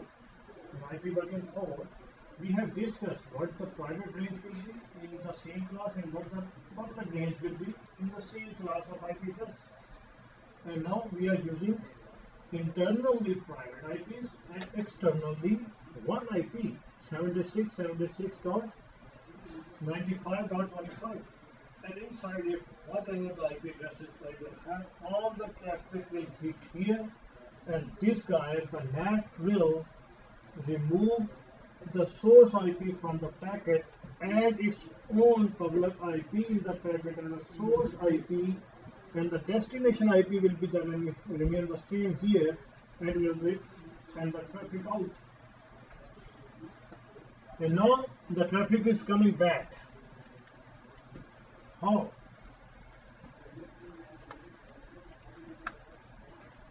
Now Microsoft got the message, right? Now it's whatever we have requested maybe some page. Now it's sending that page to us. That information, requested information, what the source IP here and what the destination IP here now. When Microsoft is sending back. So this one says 58. So you're going to saying source IP, 76. this one, Source IP 173. so dot 50, right? And what will be the destination IP? 25. this one, right? 76.95.25.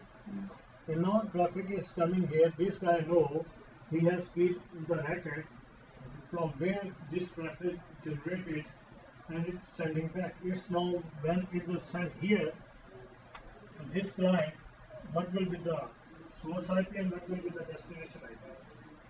Source IP,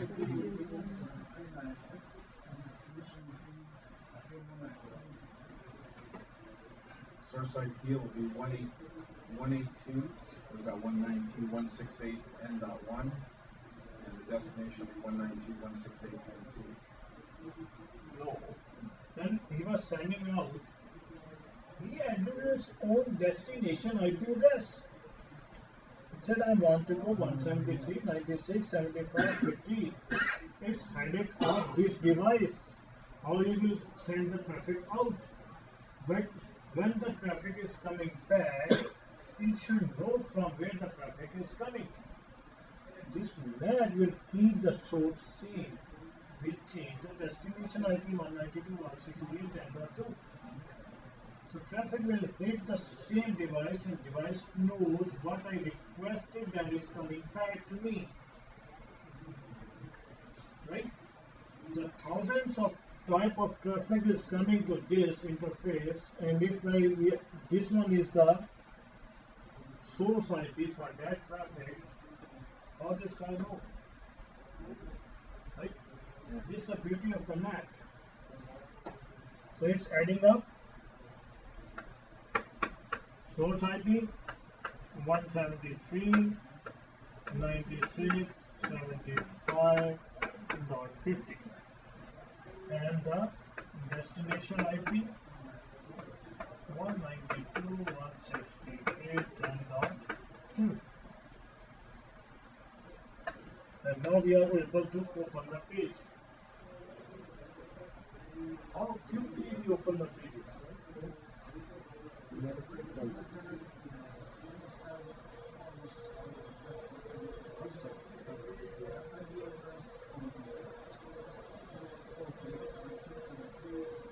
From the internet service provider. See, NAT class is a college. For internal, we are using the private range. No one is objecting anything, right? You can use anything, but to go outside, this college should have some address. Right? Yeah, it's 880 Ellesmere Road, Unit 106F. But internally, I'm giving my room name anything. Who cares? This room is not 303. That is 505. Who cares, right? Internally, we are playing around, but the external face, the external traffic, we need one address. Yeah. So all the internal traffic have the private range of IP addresses. To go externally, we need one public facing address. That is, in our network board, it's an IP address, internal routing protocol address. And we get from any ISP, Internet Service Provider. From the ISP. Yeah, we bought it. We have to buy that public IP. That's not free. We have to buy it. So now, the process, see, so far, what we have learned, how lengthy process is. DHCP is involved, DNS is involved for name resolution, and DNS is not resolving the name itself. It's sending the traffic out to multiple servers, get the feedback back, and then the client is sending the traffic out. NAT is in place. Not only NAT is in place, there are plenty of devices involved in this. We are just discussing one. And we are getting the thing quickly. We are just typing it again. Quickly typing and getting the response. So you guys will have to fast enough to see, configure the things. Yes.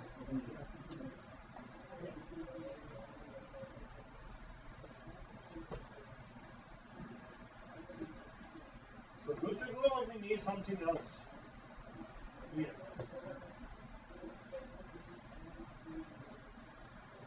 Any drawback anyone can point out here.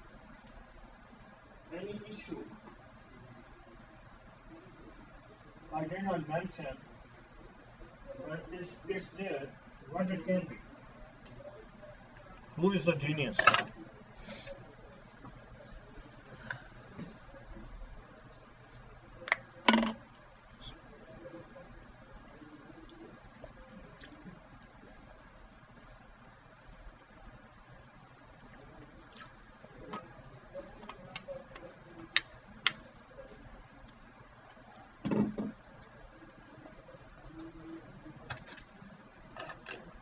So my picture is perfect.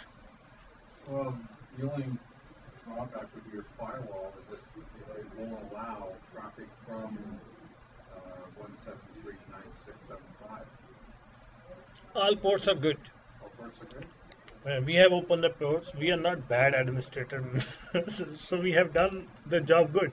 But even then, there is some issue. Where is the issue? I don't know. This side or this side? Gateway is two gateway. There should be two gateway. Private That traffic will confuse where to go. We have a bunch of default gateway. I'm just joking. That's a different thing. But just stick with one gateway. So Soika has the solution, and Abdul Karim came from outside with the solution. Firewall is called network security also. Yeah, it's a security as well. I just put the example. I could draw a router here, right? That perfectly fine. We can configure NAT on router.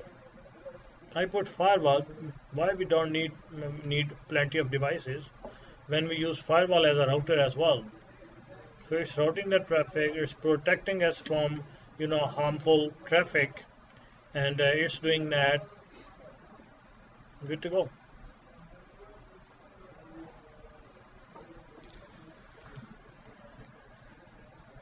What's that? Can you point out what's the problem? There is problem? For sure?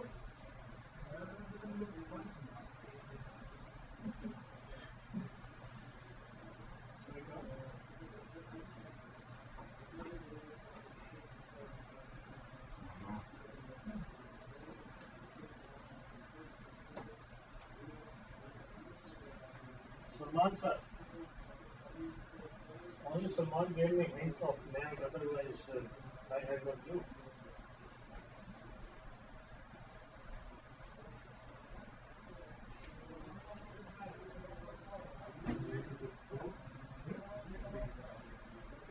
See?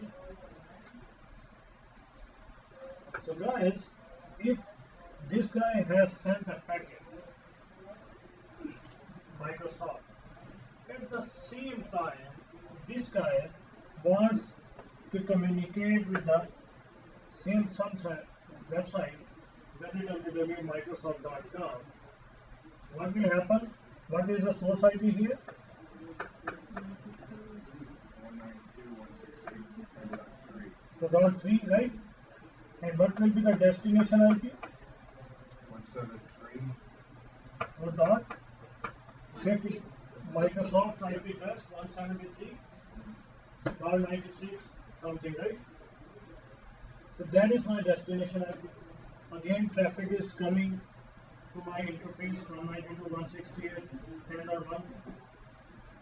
Again, NAT is changing, it's adding its own IP address, replacing source with its own IP 76.96.96.5 and sending here. When traffic will come back, all NAT will figure out from where this traffic is generated, who generated this traffic. When The dot, same website. yeah, but when .3 sent its initial source IP, it also sent its MAC address. So when the NAT gets a hold of it, that's all included. So when it comes back, he'll know where to send it, or he'll know where to send it. If you will go with the MAC MAC get resolved up till NIC card. When we send the packet, now we are talking about layer 3. Right? MAC belongs to layer 2. Traffic has one level up from there now. If we will go with our new open system interconnection model, then story is the same. But then we will have to figure out at layer 2, MAC is gone. When we send the packet, the other NIC card check its own MAC. Oh, it's a destination. Yeah, and it belongs to me. It removed. Right? So there is no clue now. Now we are talking about at layer 3. Layer 3 deals with the IP addresses network, right? So now we are talking, while we are talking on the network, when traffic is coming back, that is clueless. From where this page belongs to, because the source now is coming back, source is same. It's coming from the same page that was requested by .3 and .2 devices. Same type of traffic is coming back. Which traffic should go where? That is clueless. When it was the only one device, it could remember, okay, only I have this packet. This was sent to me, let me send it back. When multiple traffics is generated, that has no clue. Only we can translate to other word, okay, but when the traffic is coming back, and one more thing, if it can find some clue, then how on this device we have opened multiple pages. Microsoft.com. Maybe within Microsoft.com we have multiple pages open. So one is going somewhere, one topic is open, second topic is open, third topic is open. How this device then will figure out, okay, the traffic coming back, which packet belongs to which page. Right? Where should I match to? So the user can see the page, the information under the same page he has opened and he has requested the information. Right? If I'm asking Microsoft, okay, let me know how to configure the DHCP server. The second page I'm asking, okay, how to configure DNS server, and the DNS servers will show up under the DHCP page, the DHCP information under the DNS page. Then what will happen? Right? There should be some clue. So there is another technology that go hands in hands with NAT. That is NAT.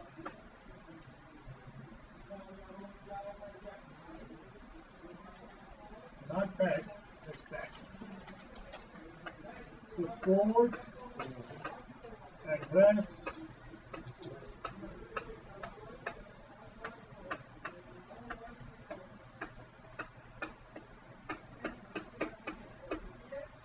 translation. Where ports are? And layer? Which layer? Which layer? Which layer deals with ports? You told us already.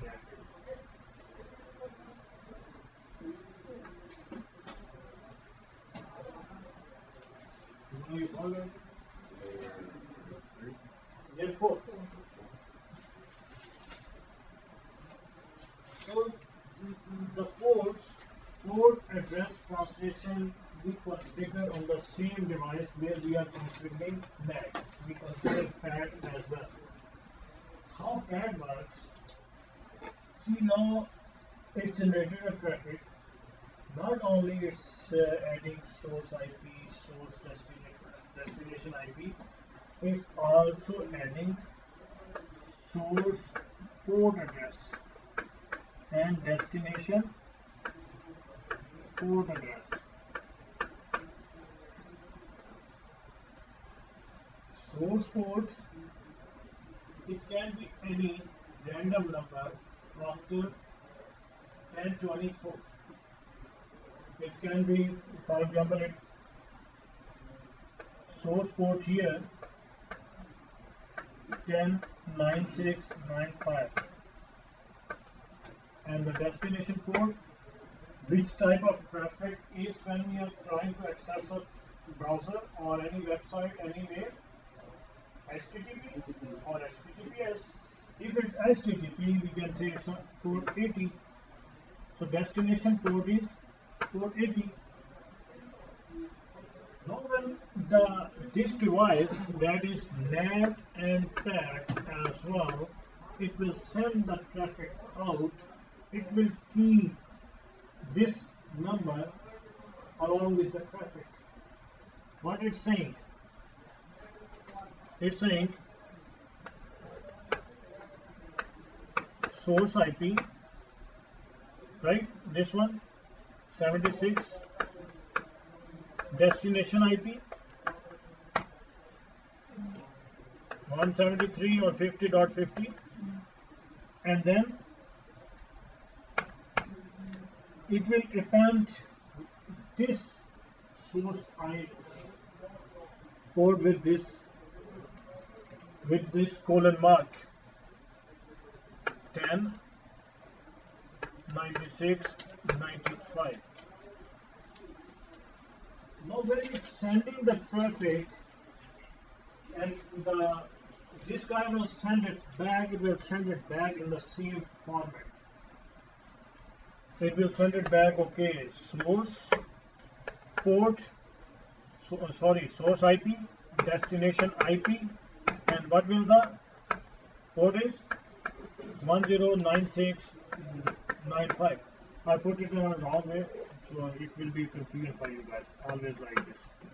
Source IP, destination IP, and then 109695. And now source IP is this one when Microsoft is sending back. But after it get translated, when the traffic is coming here, it will be 173, 96, 75, 50, and then what the destination is? 192, 168, 10.3, and the port is 109695. So now device knows which page I generated this port and I attached to our package. So now it's get merged with the same page we have opened for Microsoft how to configure DHCP. It will get merged there.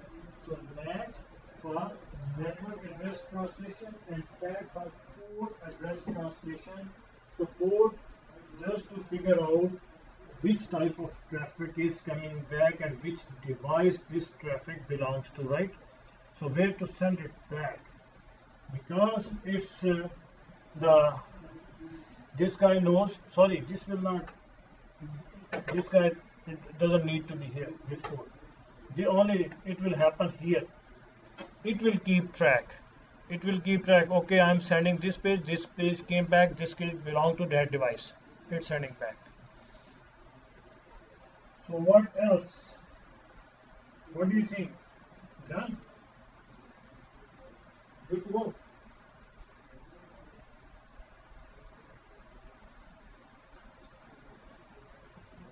Completed? Solution done? One more piece here. Okay, you want to send him page as well? It's me. I'm sitting idle. Mostly I don't generate any traffic.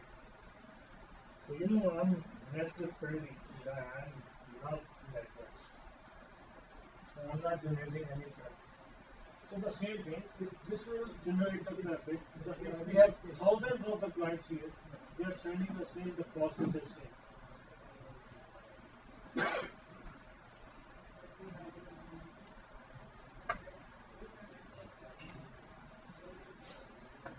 So picture is completed.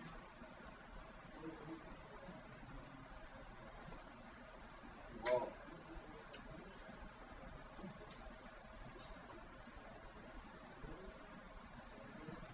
So network devices, we have some devices in the middle mode.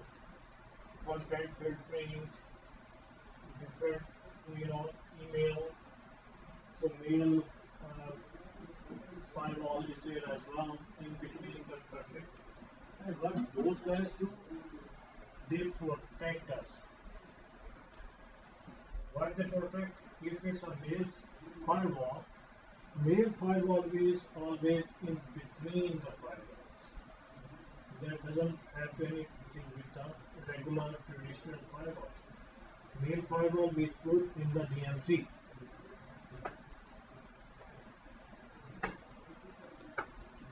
What is DMZ? Demilitarized zone.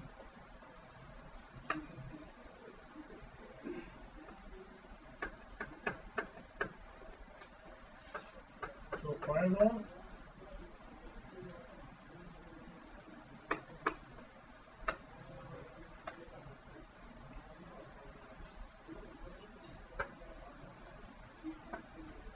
we have our environment here.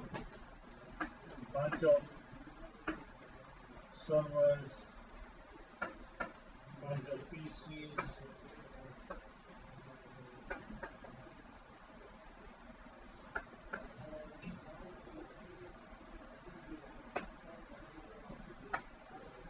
And then we have this cool guy here.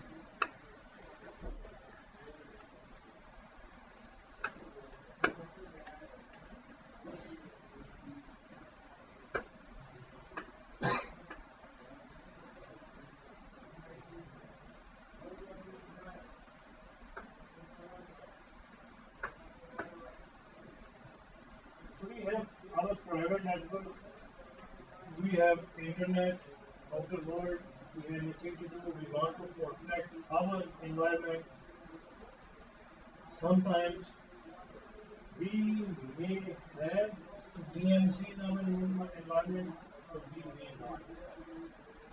When we may have, it means we are over-conscious about our private network and we want to protect it anyway. So then we put some of the servers here in DMZ.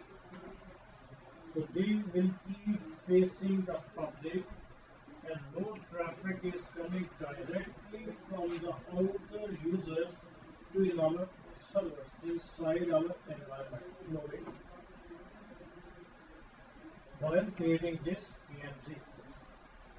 If we have smaller environments, we cannot afford too much things. We have only one firewall. And then we will keep working on, right? Then servers are inside and we keep configure our firewalls in a way so no one is gonna harm us, right? So, but it's a less secure as comparatively to this diagram. So if we are using DMZ, I have any production server here, I may have one server here as well, the same server as a proxy, right? What is proxy?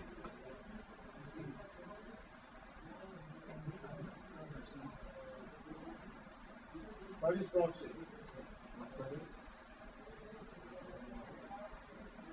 Replacement.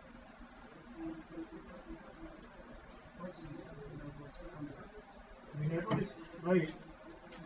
So we sometimes we do some proxy. Okay, if I'm not attending the meeting, I can send my proxy, who will act there on behalf of me. I cannot attend the meeting on this day. I can send any of my subordinates and he can represent me there.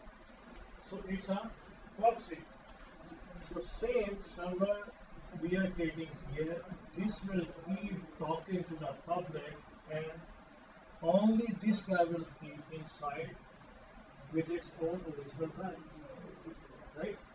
Whatever the requirement is from the outer world, it will take care of that on behalf of the internal main server, internal. So one, we can say over here we may have proxy servers. We have some content filters server.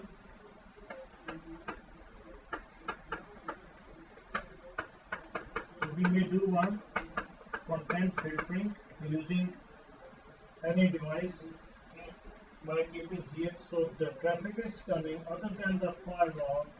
We will configure this server. Okay, if the email or the traffic is coming to us has these type of material inside, please stop it.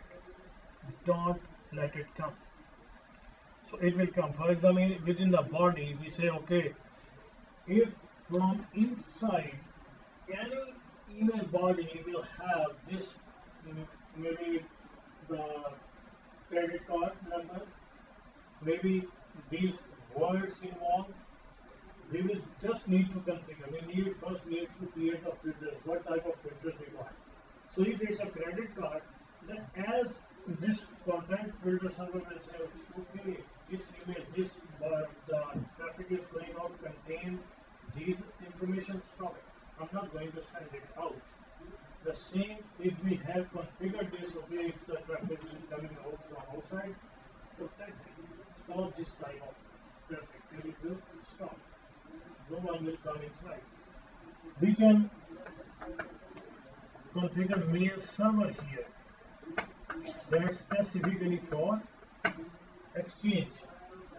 If we have exchange in our environment and we want to protect our emails, as I said, credit cards, anybody, for example, we don't want any guy belongs to our environment to send any abusive language outside. The same we don't want to accept from outer world. So we will configure it. We will create filters here for our emails. So whatever we will put here, it will work accordingly. If we are saying, okay, the gambling, for example, we are putting the word gambling. If you will see gambling, don't send it out. So it will stop that. Or if we don't want to stop it, we want to notify the immediate manager or immediate any guy who is responsible, who is able to take care of these things. It will send a notification to that guy. Okay, this type of email has gone outside and generated from this and went from there, right? All the information will be sent to the guy who we configure here to notify, right? So bunch of the different devices we use in DMZ, and in DMZ there are a bunch of other things. Let's discuss later.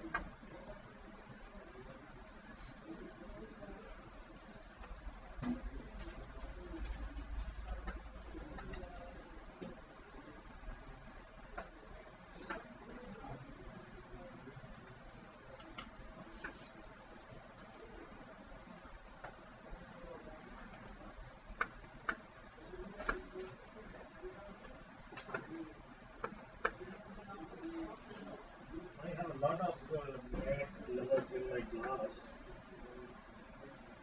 So traffic is going from 0, 1, 0, 1, 0, 1, right? Different traffic is moving on the wires in form of bits. This guy is send traffic. Another guy is sending traffic. Another guy is sending traffic at the same time. We have one wire. The traffic is going back and forth. Do they have enough room, or is there any chance to traffic to collide? Can collision happens on this wire?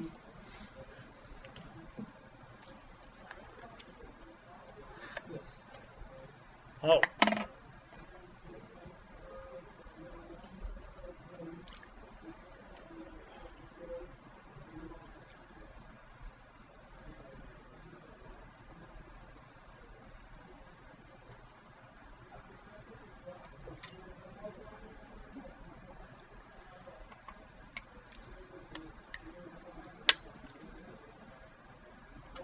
It is something to do with duplex and full duplex.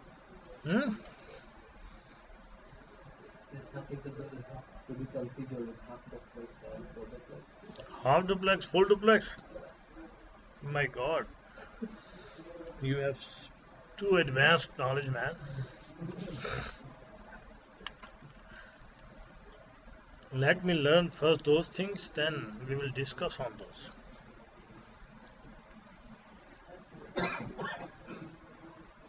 What is half duplex? What is full duplex? Half duplex is when we send and receive different times. So full duplex you can receive, you can send at the same time, two-way.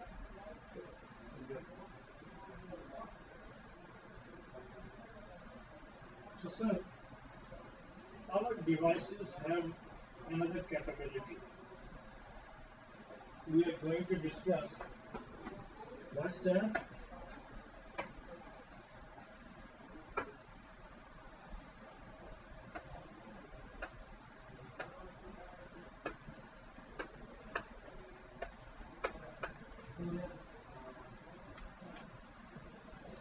What is that?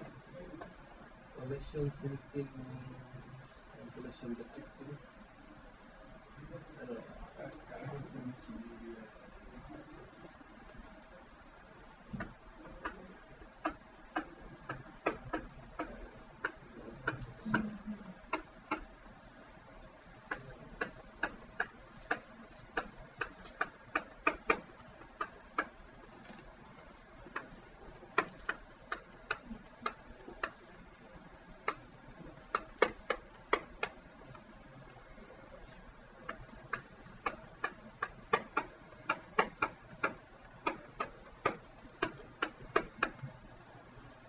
Detection.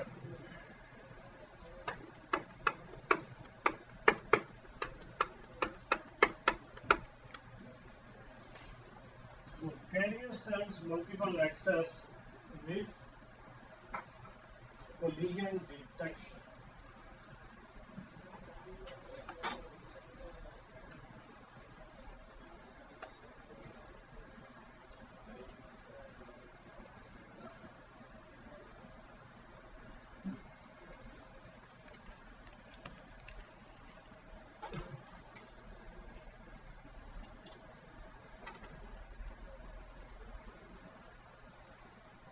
If me and Darren have a good news to share and we are both are excited, and one of us make a call and the second is attending, what we are going to do?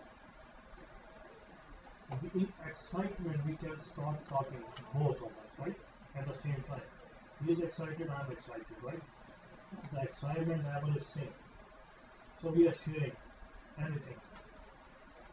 And we are keep talking unless we realize, okay, that's what we are doing, right? And so we will take a pause. And then we will let other to speak. So one of us will speak and the second will listen. We will pause for a few milliseconds, and in those milliseconds we can manage our conversation. So one will speak and the second will listen, and then the second will speak and the first one will start listening, right? So the same thing is happening on our networks. Our devices have that capability now. They are intelligent enough now. Before sending the traffic, they detect the traffic. If the way I'm sending the traffic is clear or not. When we say it's a carrier sense multiple access with collision detection, it works on the wired networks. On wired networks. So wired networks have capability to listen and speak at the same time. They can send or receive at the same time. They are transmitting and receiving at the same time. They have capable enough. So if they, due to this capability, they first detect, they sense the carrier. Either there is traffic or the way is clear. If they find any traffic, they are not going to send that traffic. They will hold the packets. They are not going to send out.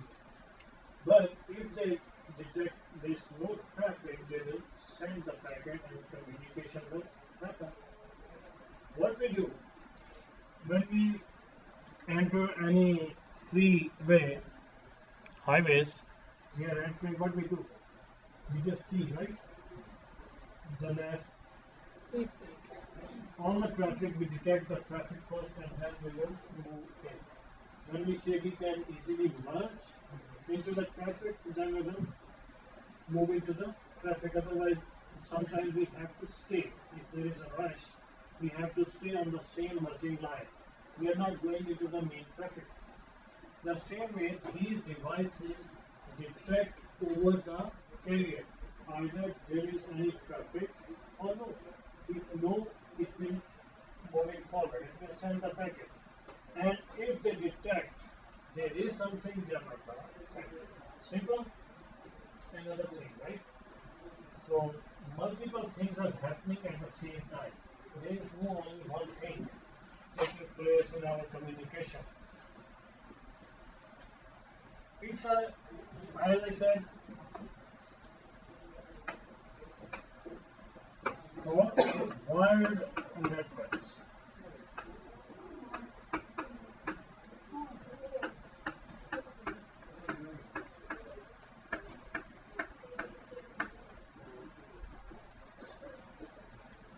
What if our networks are wireless?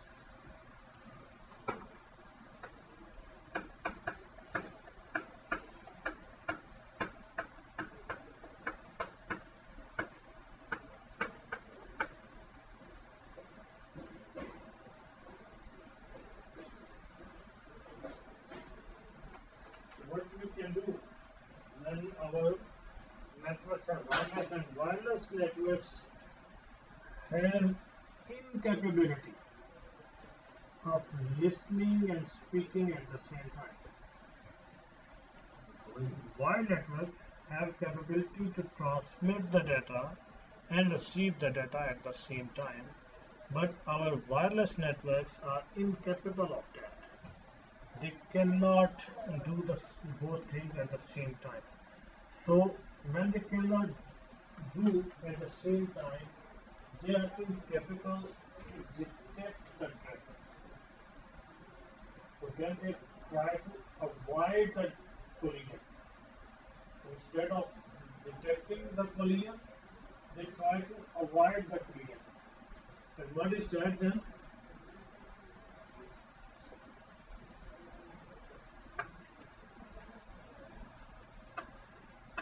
CSMA.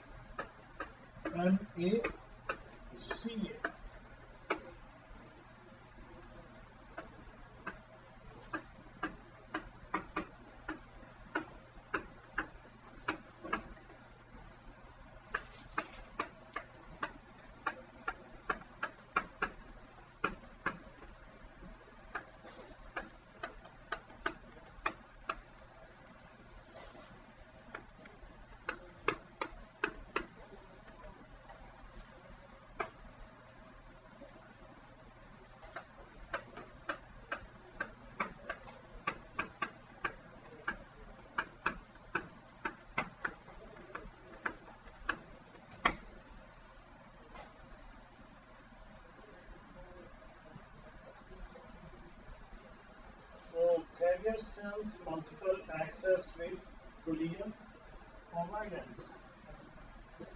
So how they can avoid the collision?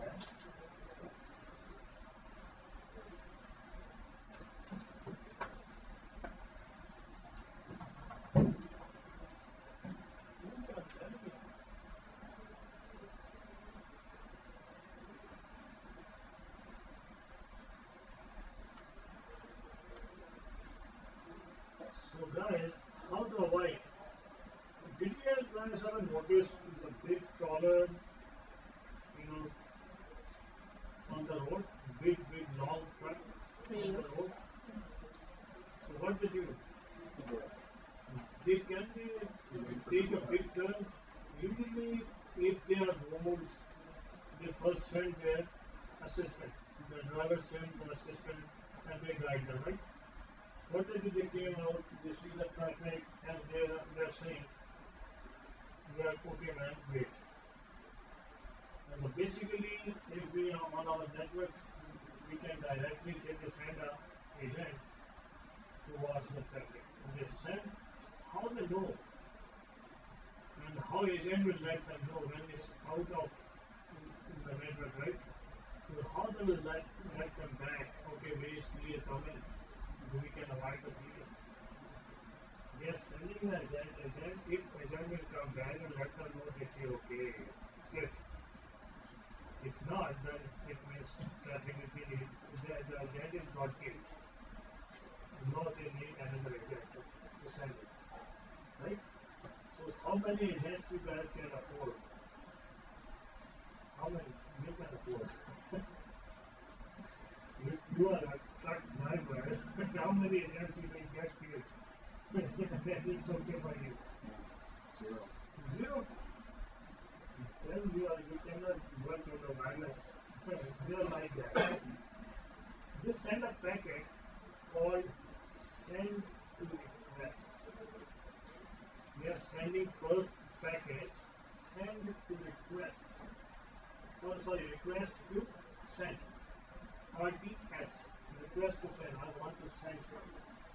So RTS is their agent. First agent is their RTS.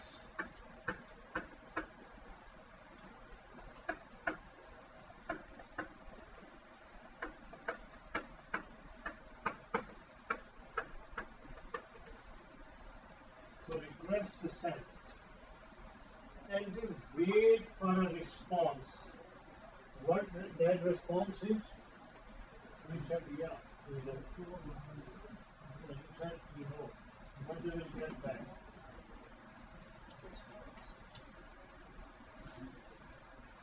Send a request. Tell him to send it back and say, Yeah, otherwise. No. And they wait for a package called CPS. As Umar sir said, so okay, way is clear, comma. So clear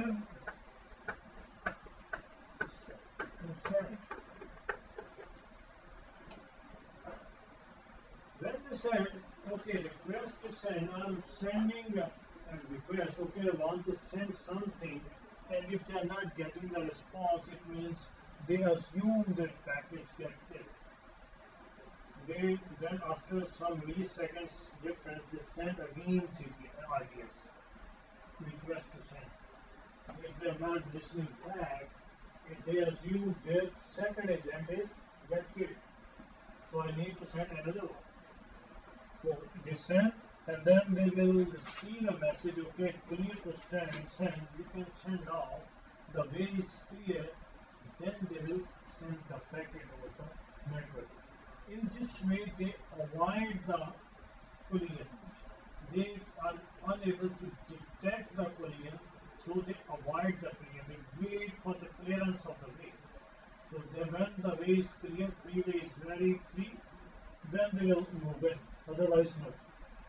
So in this way, the wired and the wireless networks detect the collision or avoid the collision over the network before sending the traffic. If it's wired, they will send the traffic, they will sense first, okay, there is traffic on the road or not. If no, they will send the packet. In this way, they will send the request to send, okay, can I send something? Is it way is clear? And if they will send a message, receive the message, okay, the way is clear, then they will receive the packet. So this one is CSMA and CSMACD, two things. So enough for today, or you guys want more? No, I'm good. I'm good. When I'm here to do something. You can continue on Friday.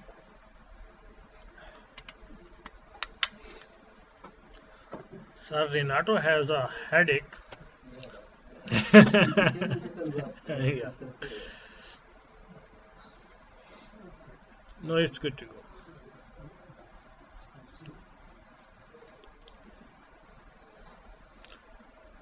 But I expect one thing.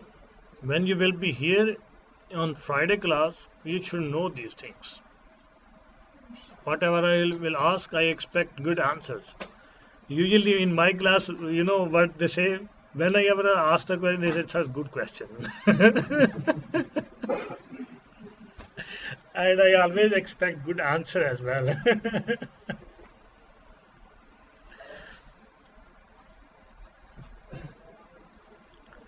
So we are calling off.